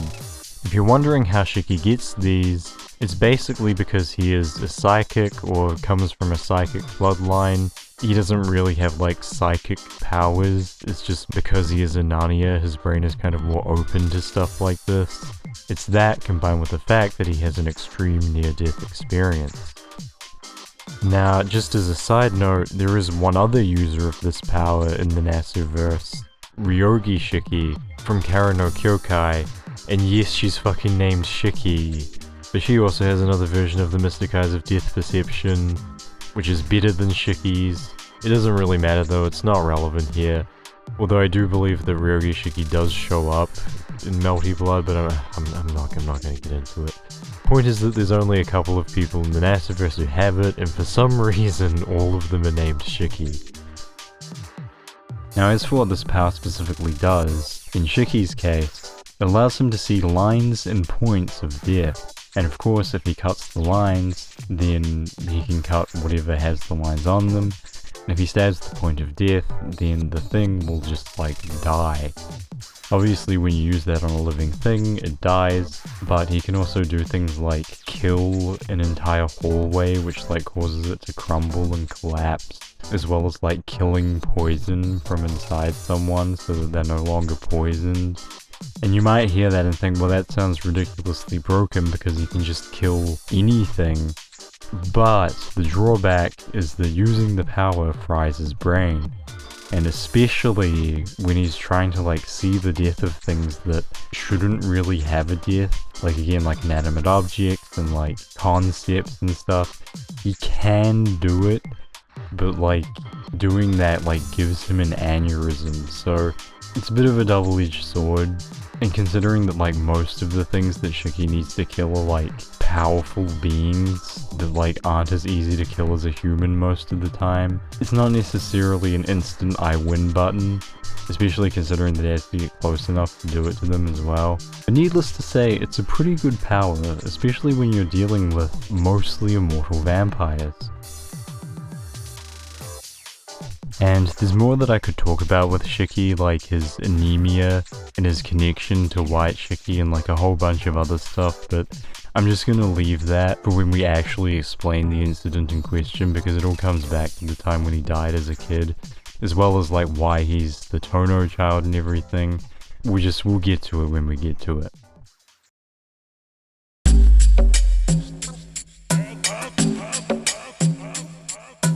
So White Shiki, who is biologically a Tohno, was supposed to be the inheritor to the Tohno family, but a whole bunch of stuff happened, not the least of which being him chosen as Roa's next host.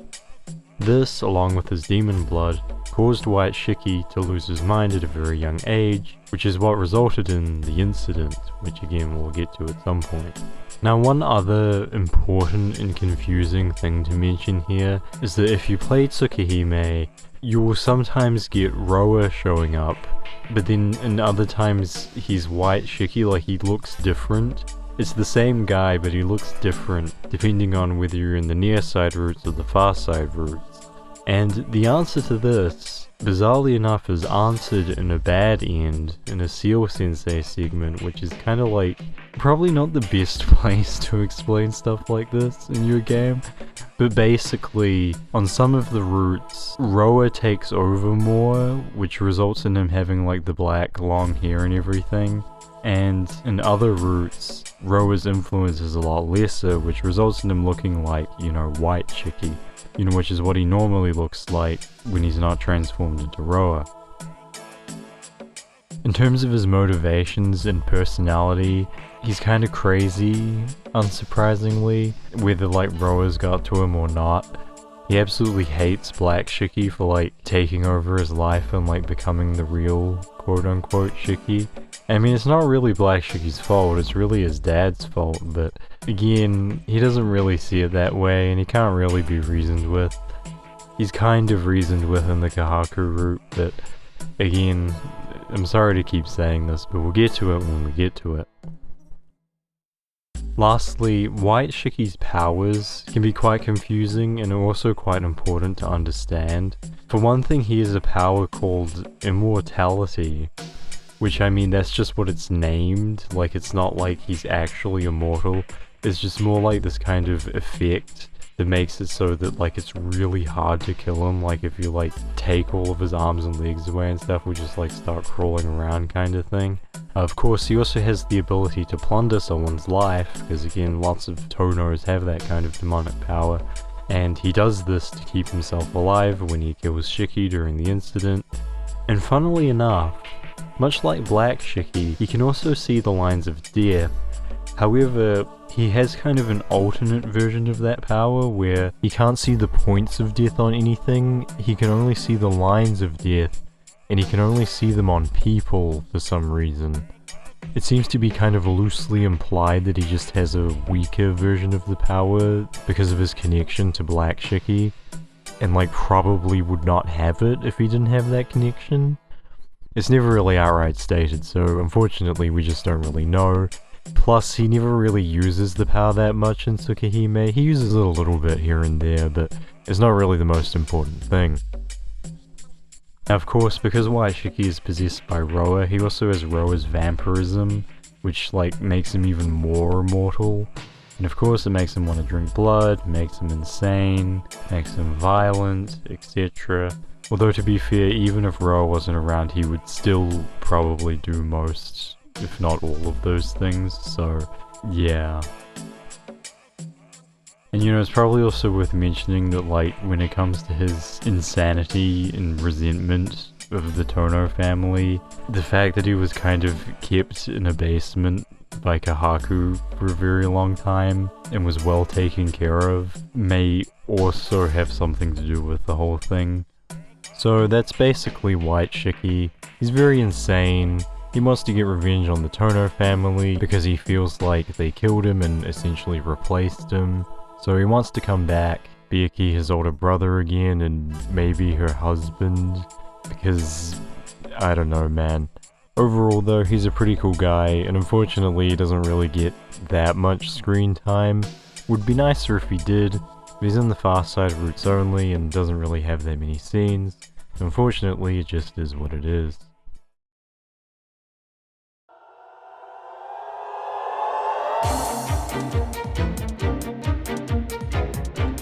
Now, next up on this list, we have Tohno Akiha, the only member of the Tohno family to be a human-giraffe hybrid instead of a demon.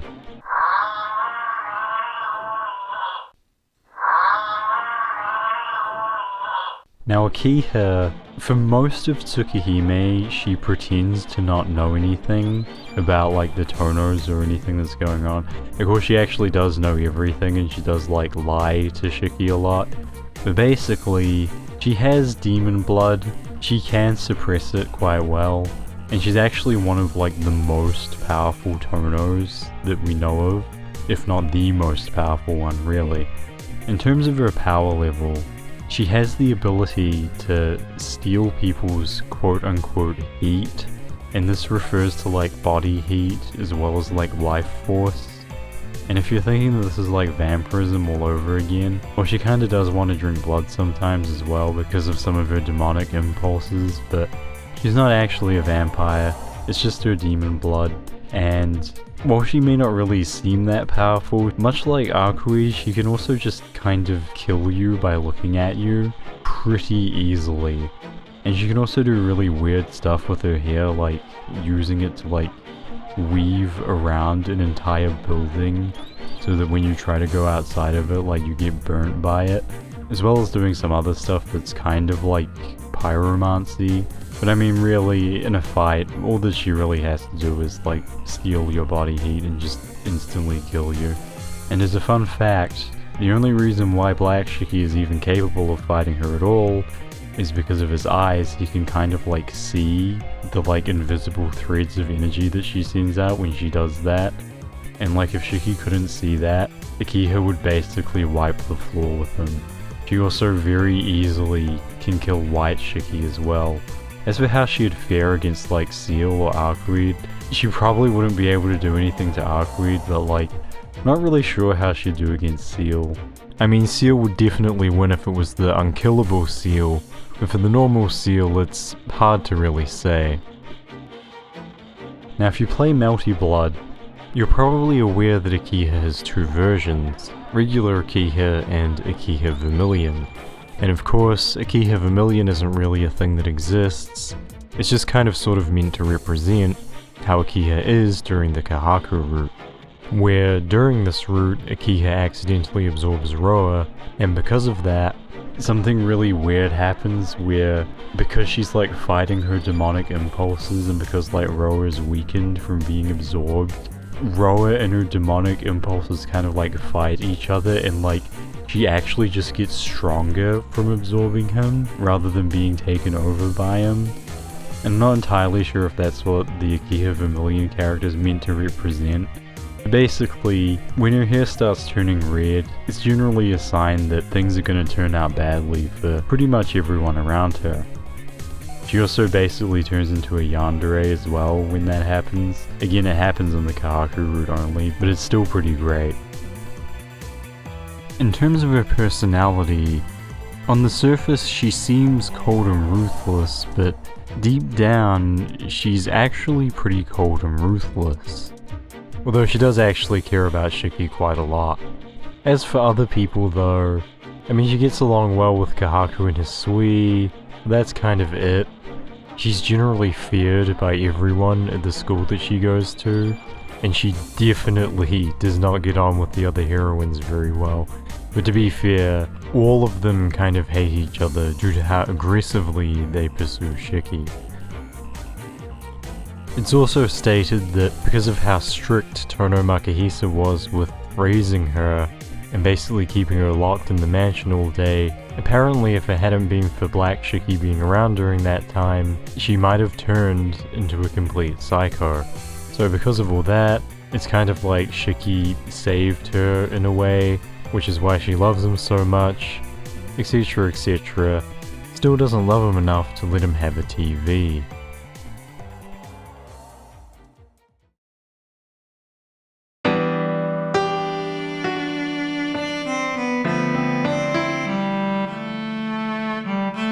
Next up, I need to explain the Macarena man himself, Tohno Makihisa.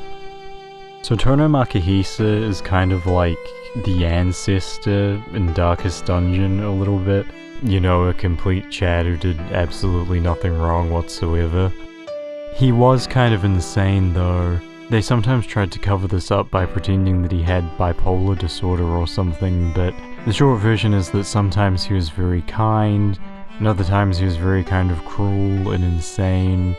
When he had these kind of not good episodes, he had to kind of control himself by doing things to Kohaku. You know, child Kohaku. Like a lot. Not only this, but he also got all of the Nanias killed for some reason, and then, for another some reason, decided to adopt a young Nania Shiki. I mean, I shouldn't say for some reason, because we know that he apparently did this because Shiki had the same name as his son Shiki. This is a pretty flimsy reason, like, it really would have been nice if his motivations had been fleshed out more, but sadly we just don't really get that much backstory or information on him. And that's basically Tohno Makihisa. As far as anyone knows, he did not have any special powers of any kind. I mean, maybe he did, but we don't really know. And of course, he also plays a very large role in the incident. And I know you probably heard me say this way too many times up until now, but we'll get to it eventually.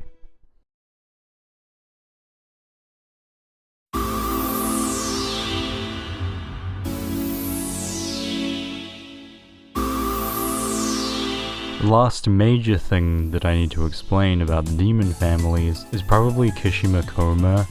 We do know a bit about some other stuff, like some of the other Nanias and whatnot, but it's not really relevant to Tsukihime. And I mean, to be fair, Kouma isn't really that relevant to Tsukihime either, but he's in Melty Blood, so we'll talk about him a little bit. So, Kouma was the successful attempt of the Kishimas to create the ultimate human-demon hybrid. This basically resulted in someone who was essentially just born insane, but unlike what you might think, Kouma was surprisingly calm. They had to keep him in like a little cage, but like he never once tried to escape it and was actually just pretty chill in there. He just didn't really have like a human mind at all essentially. At least not as far as anyone could tell, and he would ultimately grow up to be a very mysterious kind of... He basically ends up turning into like a mountain monk, like he enjoys Buddhism, and is just kind of very self-controlled, surprisingly, even though his fighting style was incredibly brutal. In terms of his power level, Kouma is like insanely powerful. Like, I'm not really sure if he'd beat Arcuied in a fight, but he's stated to be able to fight servants, which are like a pretty big deal in Masterverse if you know anything about them. And he could also probably beat Ciel, assuming that Ciel didn't have like her infinite revival. As for what his powers actually are, he's just like insanely strong. Like his body is just essentially made of steel, and he can like punch with the force of a freight train. Like he can just like demolish trees and stuff instantaneously, as well as like move really quickly. And like when he tries to grab you, the force of his hand coming together like generates like wind, because he's just like that strong. It's just like he's very straightforward in terms of what his powers are, but like he's still just very powerful. The only thing that ever really damaged him was Nani Akiri, who was Shiki's dad. And again, I'm not going to explain Nani Akiri very much, but Nani Akiri stabbed his eye out when he was a kid, and of course Kouma survived that, and no one really thought that Kouma would survive, but he did. And also much later, when Kouma came back for revenge, Nani actually managed to make him feel pain for like the first time in his adult life by like stabbing this one specific spot on his neck like 50 times in a row, and didn't end up killing him, but that is basically the closest that anyone ever came to harming an adult Kishima Kouma.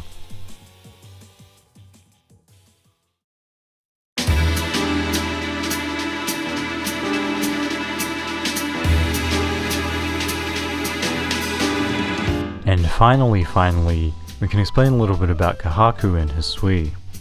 I haven't really structured this very well, I apologize. So even though Kohaku and Hisui are deeply associated with the Tohno family, they're not actually demons or anything. They have a power known as synchronizing, which is kind of vaguely explained, but basically it allows them to kind of synchronize their life force with other people and kind of like donate it to them, or sort of like enhance it, or like support them kind of thing. There are several ways you can go about this, and unfortunately, with the Nvnsqr being what it is, the most common one is... But you can also do stuff like drink their blood as well. Now, to briefly talk about Kohaku, if you've only played Melty Blood, learning about Kohaku's real personality is probably going to be a great shock, because in Melty Blood, and also in Kagetsu Toya, she's very like happy-go-lucky, and kind of like very cheerful, and like fun, and kind of like a meme. And some people don't really like this version of Kohaku because they flanderized her a bit, but I don't know, it's never bothered me. It kind of like implies that she's over a trauma. But the thing is that the real Kohaku is very, very not nice, and does some very not nice things, and is kind of like an emotionally stunted, broken doll that essentially just lives for revenge. And I mean, she's not entirely unjustified in being this way, given certain things that happen to her, but even so, Kohaku often does things like poison people, drug people, take advantage of gaps in Shiki's knowledge to gaslight him into thinking that he's becoming a vampire or other horrible things, hypnotizing people, pretending to be Hisui, and basically she's just extremely devious. And it's great. She's my favorite heroine, by the way. But she's still kind of objectively evil, although she does get redeemed on some of the routes. And again, it's kind of implied in the post-Tsukihime stuff that she's like gotten better and is now genuinely happy, so yeah. To wind back a bit to how things got this way though, after the big incident, Hisui was very depressed. And because Kohaku is a genuinely good sister, and it's kind of like the only thing that she really cares about, she decided to do this thing where she would be the happy one and would swap places with Hisui until Hisui was feeling better. And because of that, combined with the trauma from Shiki dying during the incident, Hisui, who was cheerful as a child, became more emotionally repressed. Like, Hisui does feel emotions, but she mostly is just very good at keeping them hidden.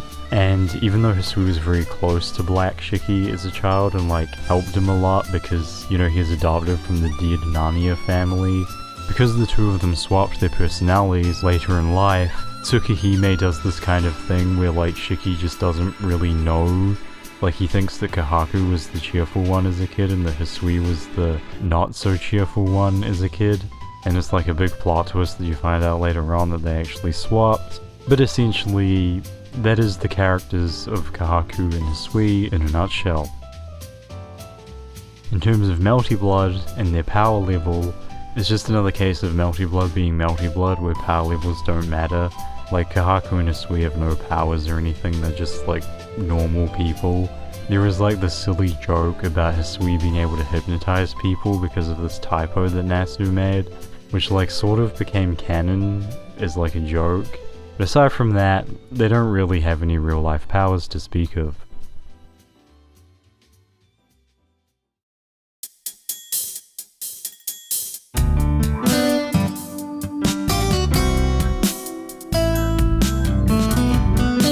And at last, we can finally talk about things that actually happen in Tsukihime. The story of Tsukihime begins with Black Shiki seeing his family murdered in front of him, which is kind of a really weird place to start things considering that the Nanias kind of like don't play any real role in the story at all. Like, none of this really comes up later in any significant capacity, except the fact that it kind of establishes that Shiki doesn't like blood, but I mean, who does? Then immediately after this, we get the big scene with very young Shiki in hospital after the incident, where he meets Aoko, and Aoko gives him his glasses. Not really a whole lot to say about this, but I'm realizing now that I think I just kind of have to talk about the incident before I really talk about anything else, because it's so critical to understanding like literally everything that happens. So we'll wind back in time a bit and talk about the incident. So a while after Shiki was adopted by the Tohnos, after the Nanias died, he was very happy and playing with all of the other kids at the Tohno mansion. These kids were, of course, a very young Akiha, White Shiki, Hisui, and not Kohaku. Kohaku was a little preoccupied. Now one day, kind of because of Roa's influence on White Shiki snapped and had an inversion impulse. Basically, he went insane, tried to kill Akiha, but Black Shiki got in the way and died instead. Tohno Makihisa very quickly found out about all this, and then killed White Shiki because it's the duty of the Tohno family here to kill family members when they go insane, and several important things happened here. Firstly, because of White Shiki's ability to steal life, he stole life from Black Shiki, which formed a bond between the two of them, which becomes much more important later on. Secondly, Akiha managed to feed some of her life force into Black Shiki, which formed another bond, this time between Akiha and Black Shiki.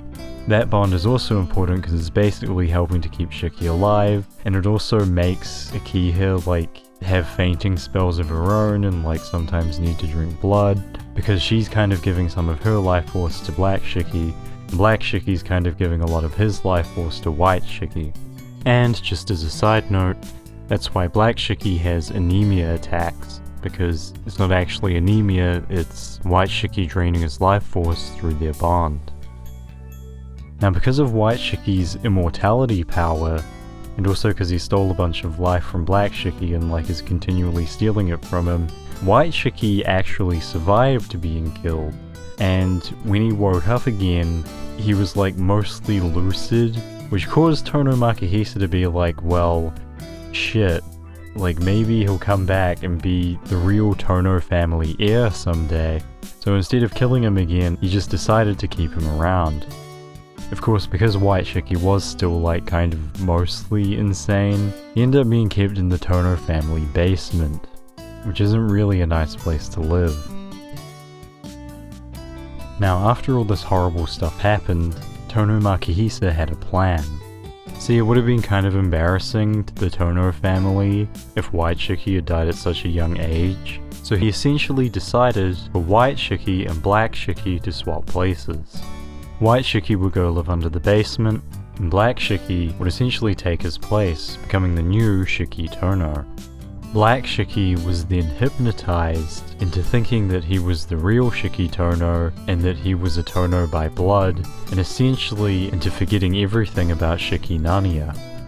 Even though Tohno Makihisa wasn't really that great at hypnosis, and yes, by the way, hypnosis is a form of magic in the Nasuverse, it still worked on Black Shiki just fine because he was like weakened, you know, from the whole like dying thing, and also because he was a child. So basically, Black Shiki forgot everything about White Shiki, and all of the demon stuff related to the Tohnos, and his family, the Naniyas, being slaughtered by Kouma, and then went to go live at the Arimas for a while, which again, the end of that is where Tsukihime starts. And speaking of Tsukihime starting, we also need to talk about what happened while Shiki was at the Arimas. Because for one thing, Tohno Makihisa dies off screen. I mean, to be fair, he's never really on the screen to begin with, but it's a little bit of a plot hole. Like, it's just never really explained anywhere how he died. For some reason, it's just like a complete mystery. I mean, it's not like he's living with anyone who would like want to kill him and is really good at poison and was appointed as his personal physician for a while. To this day, we just still don't know how it actually happened. Likewise, White Shiki is just kind of around, like he's just in the basement of the Tohno mansion. And I mean, again, he's also being looked after by Kohaku, who is like definitely nice to him. And eventually Kohaku like moves him to like, I think it's implied that she moves him to somewhere within Shiki's school. I'm not entirely sure if that's exactly what happened, but Roa/White Shiki does form his base in Shiki's school in most of the routes. And you know, he's not supposed to be able to get out of the basement, but somehow he managed it.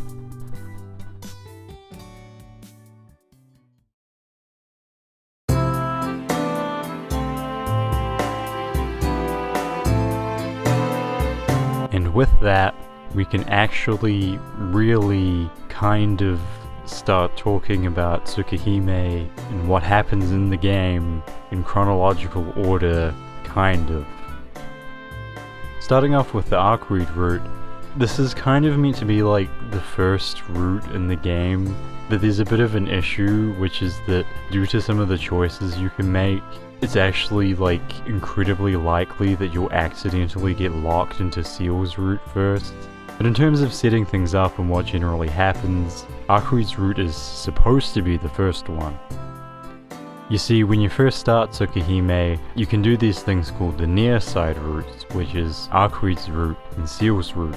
And then of course, once you clear one of those, you can start doing the far side routes, which are of course the Akiha, Kohaku, and Hisui routes. And a lot of people skip either Arcuied or Ciel's Route because of this, but I often feel like that's kind of a mistake, because if you really want to understand what's happening in the game, like, I don't really think the two routes are as similar as people really give them credit for. Like, yes, for like the first half or so they're very similar, but as we'll see, there's something of a huge difference in the Ciel Route.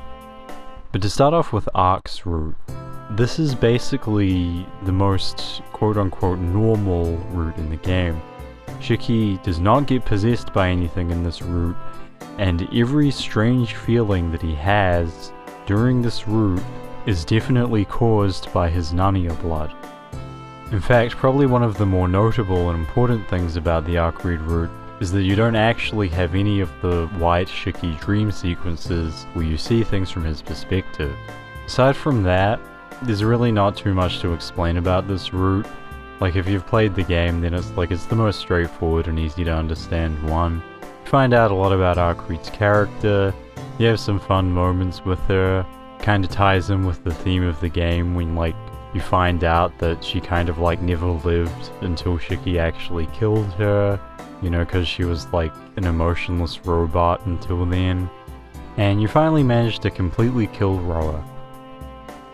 In fact, probably the most notable thing that happens during this route is just before the final fight, Shiki is half dead and can't move, and so he needs Ciel to take him to the fight.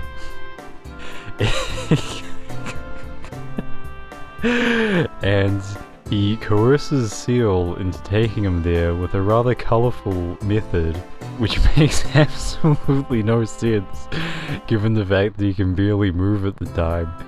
But, oh man, it's just stuff like this is why I love this game. But anyway, once you get there, it's pretty straightforward. Shiki is able to permanently kill Roa because of his mystic eyes, and that's basically that.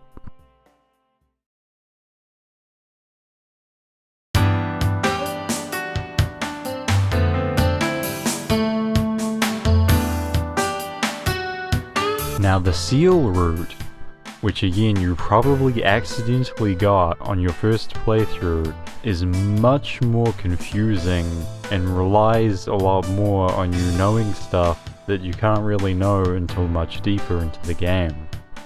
Putting that aside though, you have a lot of fun with Ciel on this route, but then, once you come to confront Roa, he escapes, but then Arcuied kills him, and because Arcuied kills him, he can reincarnate. If either Ciel or Shiki had done it, then he wouldn't have been able to do that. Because of this, and specifically because of the bond that Black Shiki and White Shiki have, Roa does not have to reincarnate. He manages to go through that bond and possess Black Shiki. This starts to result in Shiki becoming Roa for real.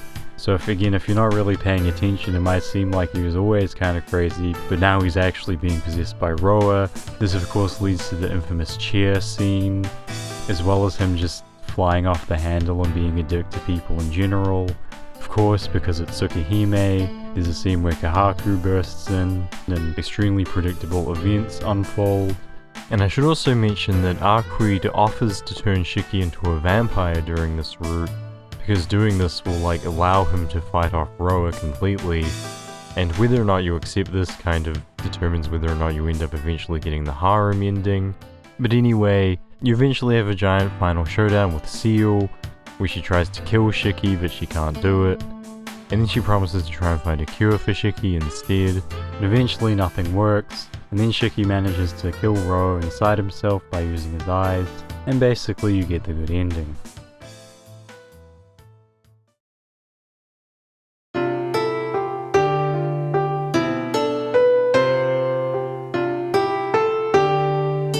Now we can start getting to the far side routes, and all of these routes tend to branch off at the point when you encounter a random vampire who has no relevance to anything. And of course, this vampire ends up biting Shiki, but because they're highly inexperienced, it ends up not doing anything. Now of course, in all of the far side routes, the game tries to bamboozle you into thinking that Shiki actually is becoming a vampire, but it's important to realize that he's not. In any of them, in fact. And don't get me wrong, on all of them he does go insane for some reason or another, but turning into an actual vampire is not one of them. So I mentioned earlier how White Shiki and Black Shiki have this bond, which is of course caused by White Shiki stealing Black Shiki's life force, and it's because of that bond that Black Shiki can see dreams where he is an observer of White Shiki's actions.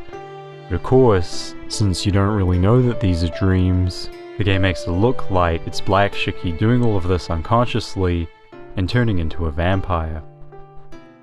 One pretty good thing to mention here is that when you see one of these scenes, most of it is told from White Shiki's point of view, but text in red specifically is Roa, and there's also parts where Shiki talks in blue as well. Now the first of the far side routes that we should probably talk about is Akiha's route. On this route, you're going to be seeing a lot of dreams that are sourced from White Shiki. Now honestly, there's not really that much to explain on this route compared to most of these other routes. Akiha ultimately ends up transferring into Shiki's school. Ciel is still around in this route for some reason, but ultimately again, as long as you understand that Shiki is not actually turning into a vampire, it's pretty easy to understand. He's just seeing visions of what White Shiki is up to, and of course, he thinks that he's turning into a vampire, and he talks to Kohaku, and Kohaku says like a lot of things which like really exploit the gaps in his knowledge to make it seem like he really is turning into a vampire. But again, it's all just trickery, and it's just the bond between White Shiki and Black Shiki acting up again. And we get our first Narnia explanation during this route. Again, I feel like it's too little too late, and it makes the game confusing, but we've already talked about that.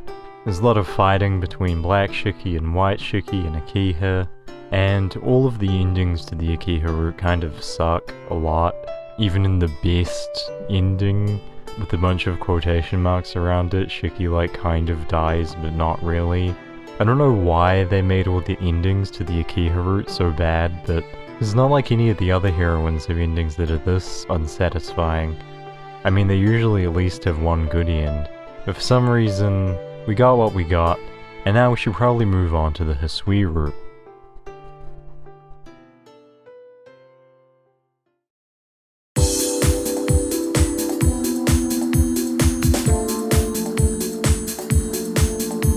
So once again, as to why Shiki happens to go insane in this route, it's just White Shiki again in this one.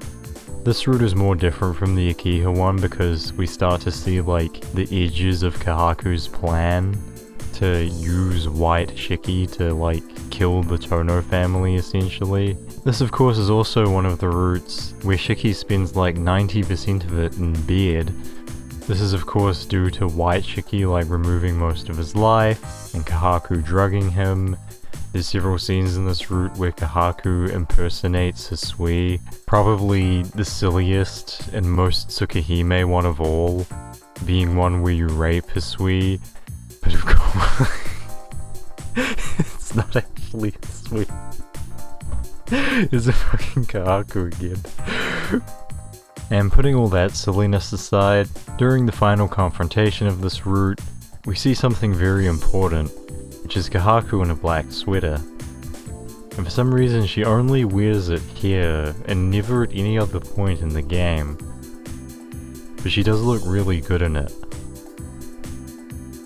But what's really important here is that right at the very end, when she's about to succeed, she ultimately still kind of has some humanity left in her, and she still kind of like saves Akiha. And of course there's several different endings to the Hisui route, but in one of them we get a big confrontation with Kohaku where we kind of learn about what makes her tick.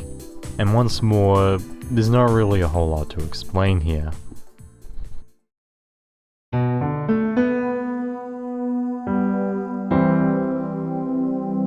The last of Tsukihime's routes, and it is the last one because you can only do this route after doing all the other routes, is of course the Kohaku route. Now this route is supposed to like be the final kind of big reveal. It's like meant to kind of explain everything.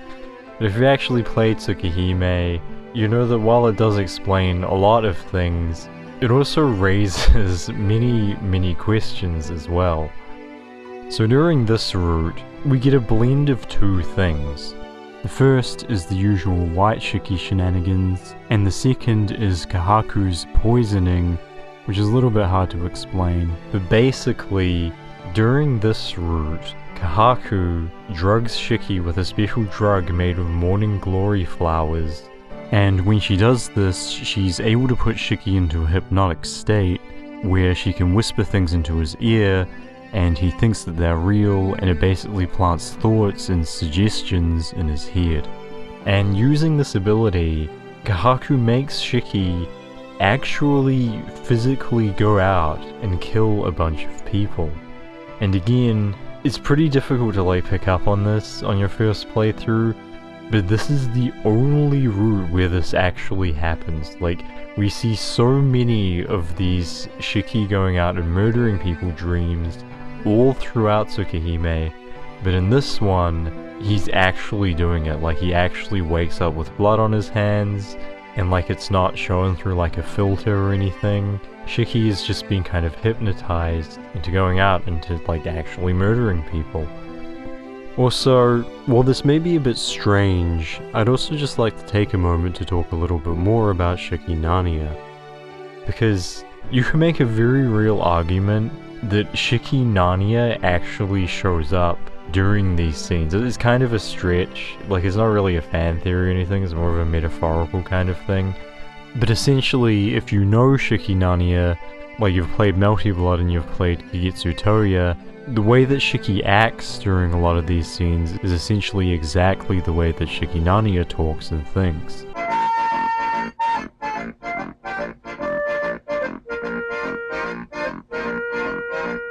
Now, of course, it's obviously not literally him because Shiki Nanya doesn't exist, but it's just kind of interesting to see, like, Shiki Nanya's character kind of seeming to come to the surface here in hindsight. And just as another side note, at the end of this route, Shiki sees and talks to a child version of himself while he's in a coma, which like literally is Shiki Nanya, as in like, it's essentially like a tiny part of his childhood that was like sealed away when he got hypnotized by Tohno Makihisa. And later on in Kagitsu Toya, when Shiki meets Shiki Nanya, he's kinda like, hey, I met you during the Kohaku Route, why did you turn into such an asshole?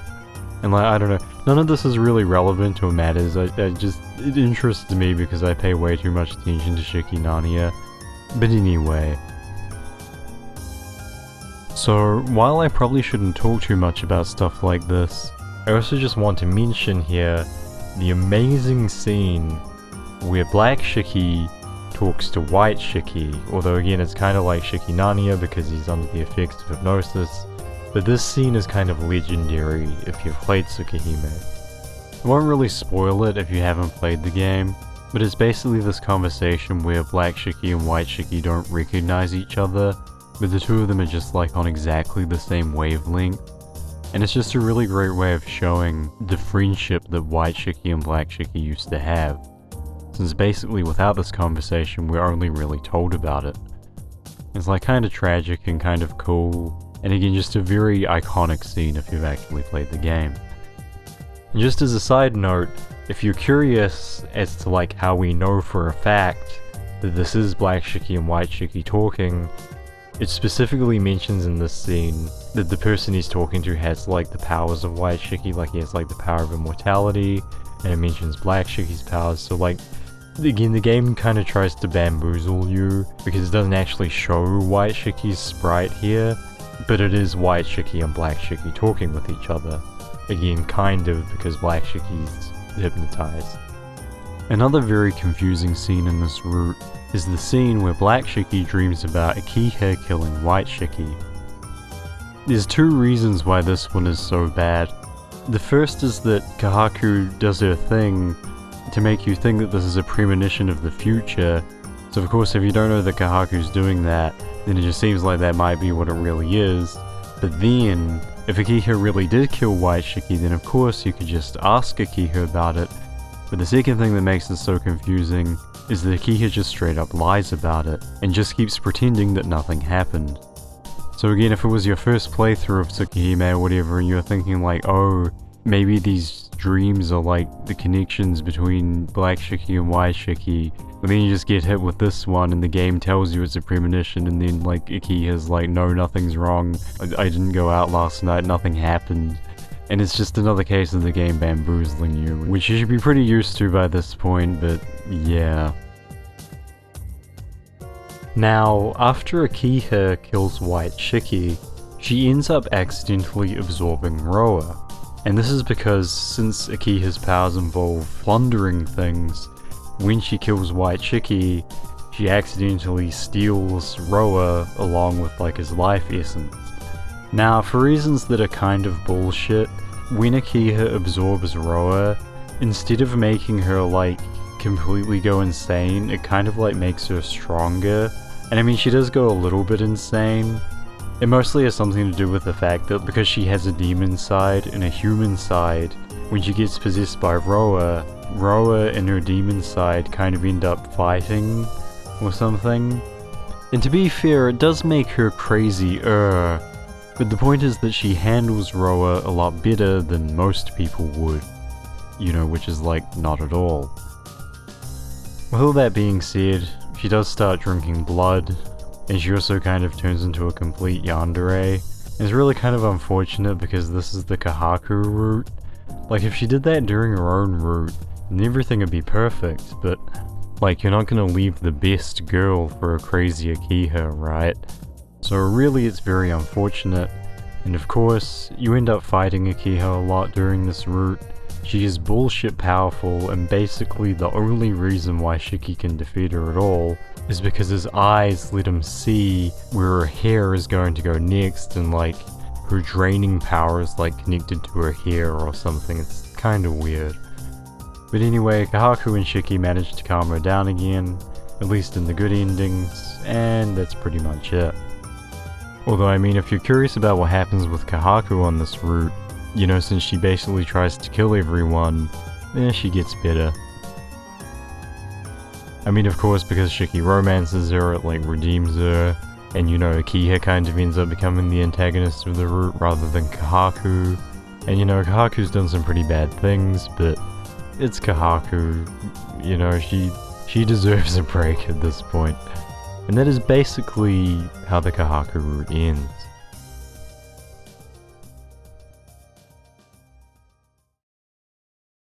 So with all that, congratulations! If you actually played Tsukihime, then you probably now understand everything that happens in it. If you didn't play Tsukihime, then there's probably still a lot of stuff in this video that might have confused you a bit, but at least you understand a lot more. The next part of this video is just me giving my thoughts on the game as a review. I was originally just going to make a review as the entire video, but during that video I kept having to explain things, and that's kind of how we ended up with this abomination that is the explanation slash review slash Melty Blood thing. But the important part is that now it's time for the review. So if you don't really care, then here is the point where you can start watching.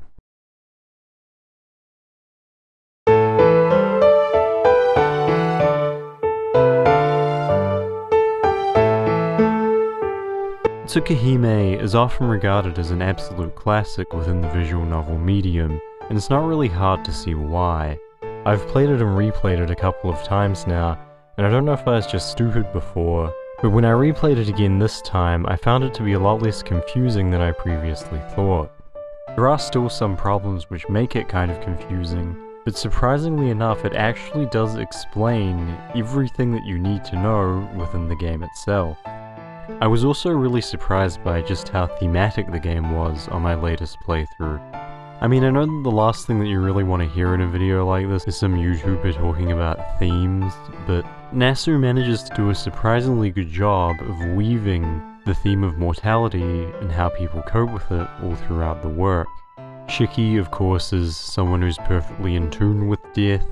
He can see it, he can cause it, and he's kind of a living, walking reminder that all life must someday come to an end.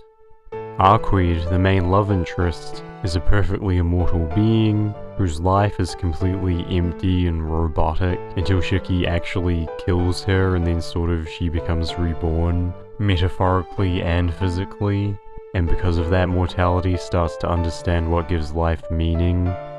And of course you have Roa, someone who's become so warped by the idea of wanting immortality that he's willing to sacrifice everything, including his own selfhood, in order to get it.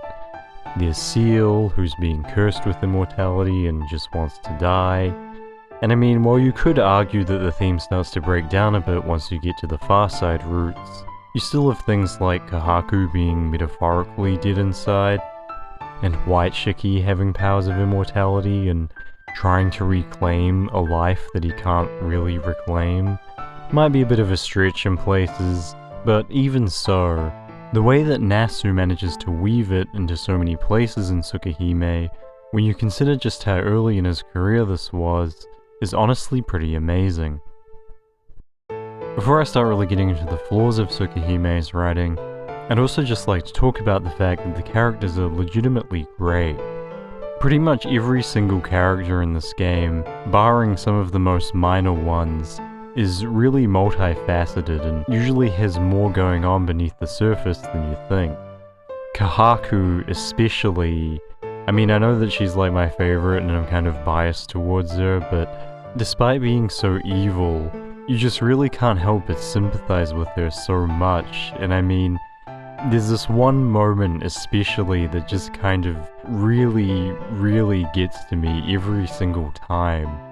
Watch this, Lise. You can actually pinpoint the second when his heart rips in half. And now.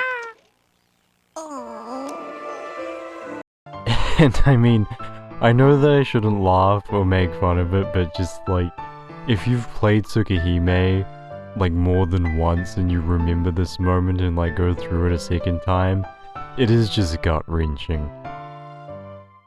Both Arcuied and Ciel Routes also have some pretty touching moments, if you want to go through with both of them. And I mean, Tsukihime is really just great with its writing, except for a few things.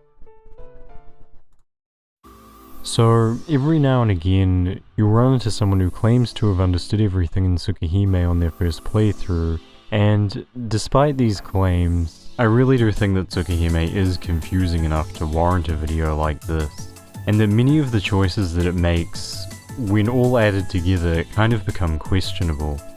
You have the whole Shiki thing, you have the giant incident where Shiki was hypnotized, and vaguely remember parts of it or misremembers things.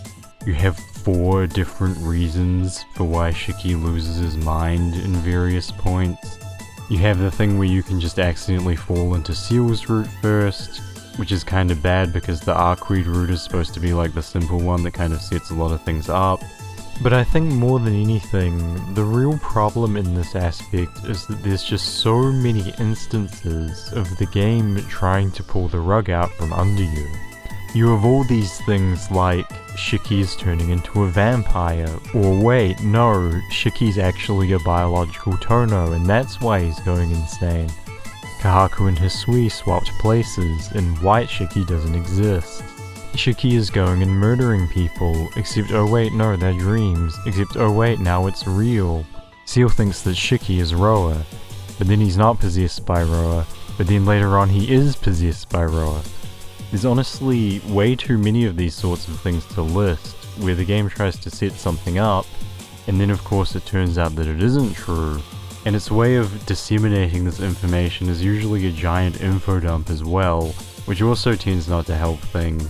And overall, while Tsukihime does technically include all of the information that you need to understand it within the game itself, when you start to consider the fact that Tsukihime spends more time setting up red herrings than it does real, true plot points, I really do think you can make an argument.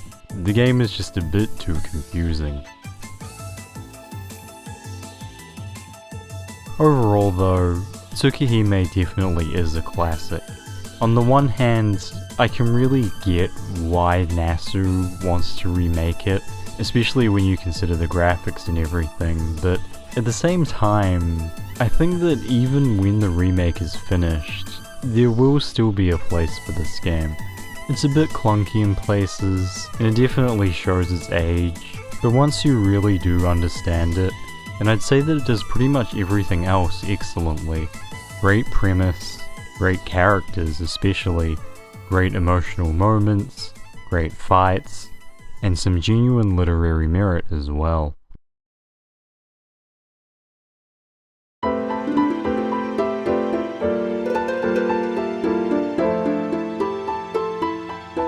So, if you made it this far into the video, I'd really just like to thank you for watching. I've actually been working on this since I finished my last video, and apparently that was almost 6 months ago now.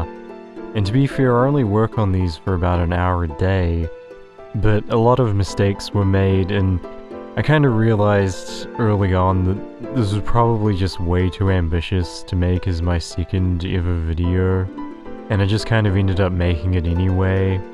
And I had to like re-record all the audio multiple times, and there's probably still audio problems and still stuff that I probably should have re-recorded. If you do notice any problems with this video, I probably won't go back and fix them, but I do appreciate comments like that, because it helps me deal with stuff in the future. Speaking of the future, I'm still not entirely sure what I'm going to do with this channel, but I'm probably going to be shifting more back to analysis and also reading off of scripts. Not using a script kind of helps me talk more naturally, but there's a lot of drawbacks. And it doesn't really seem like it's going to be worth it, but we'll see. If by some miracle though this video does end up doing very well, I will probably open up a Patreon or something, and that will be linked below, and if it didn't do very well then I just humiliated myself, but I am a YouTuber who just talked about eroge, so it's already a bit late to go back. Aside from that, you can also do the YouTube pleasantries, all of that stuff helps out. I am getting better and faster at making these, but I probably still won't be uploading that often. My next video will probably be an essay of some kind. I've got a couple lined up. Stay tuned for that. Thank you again for watching and making it this far, and I'll see you in the next one.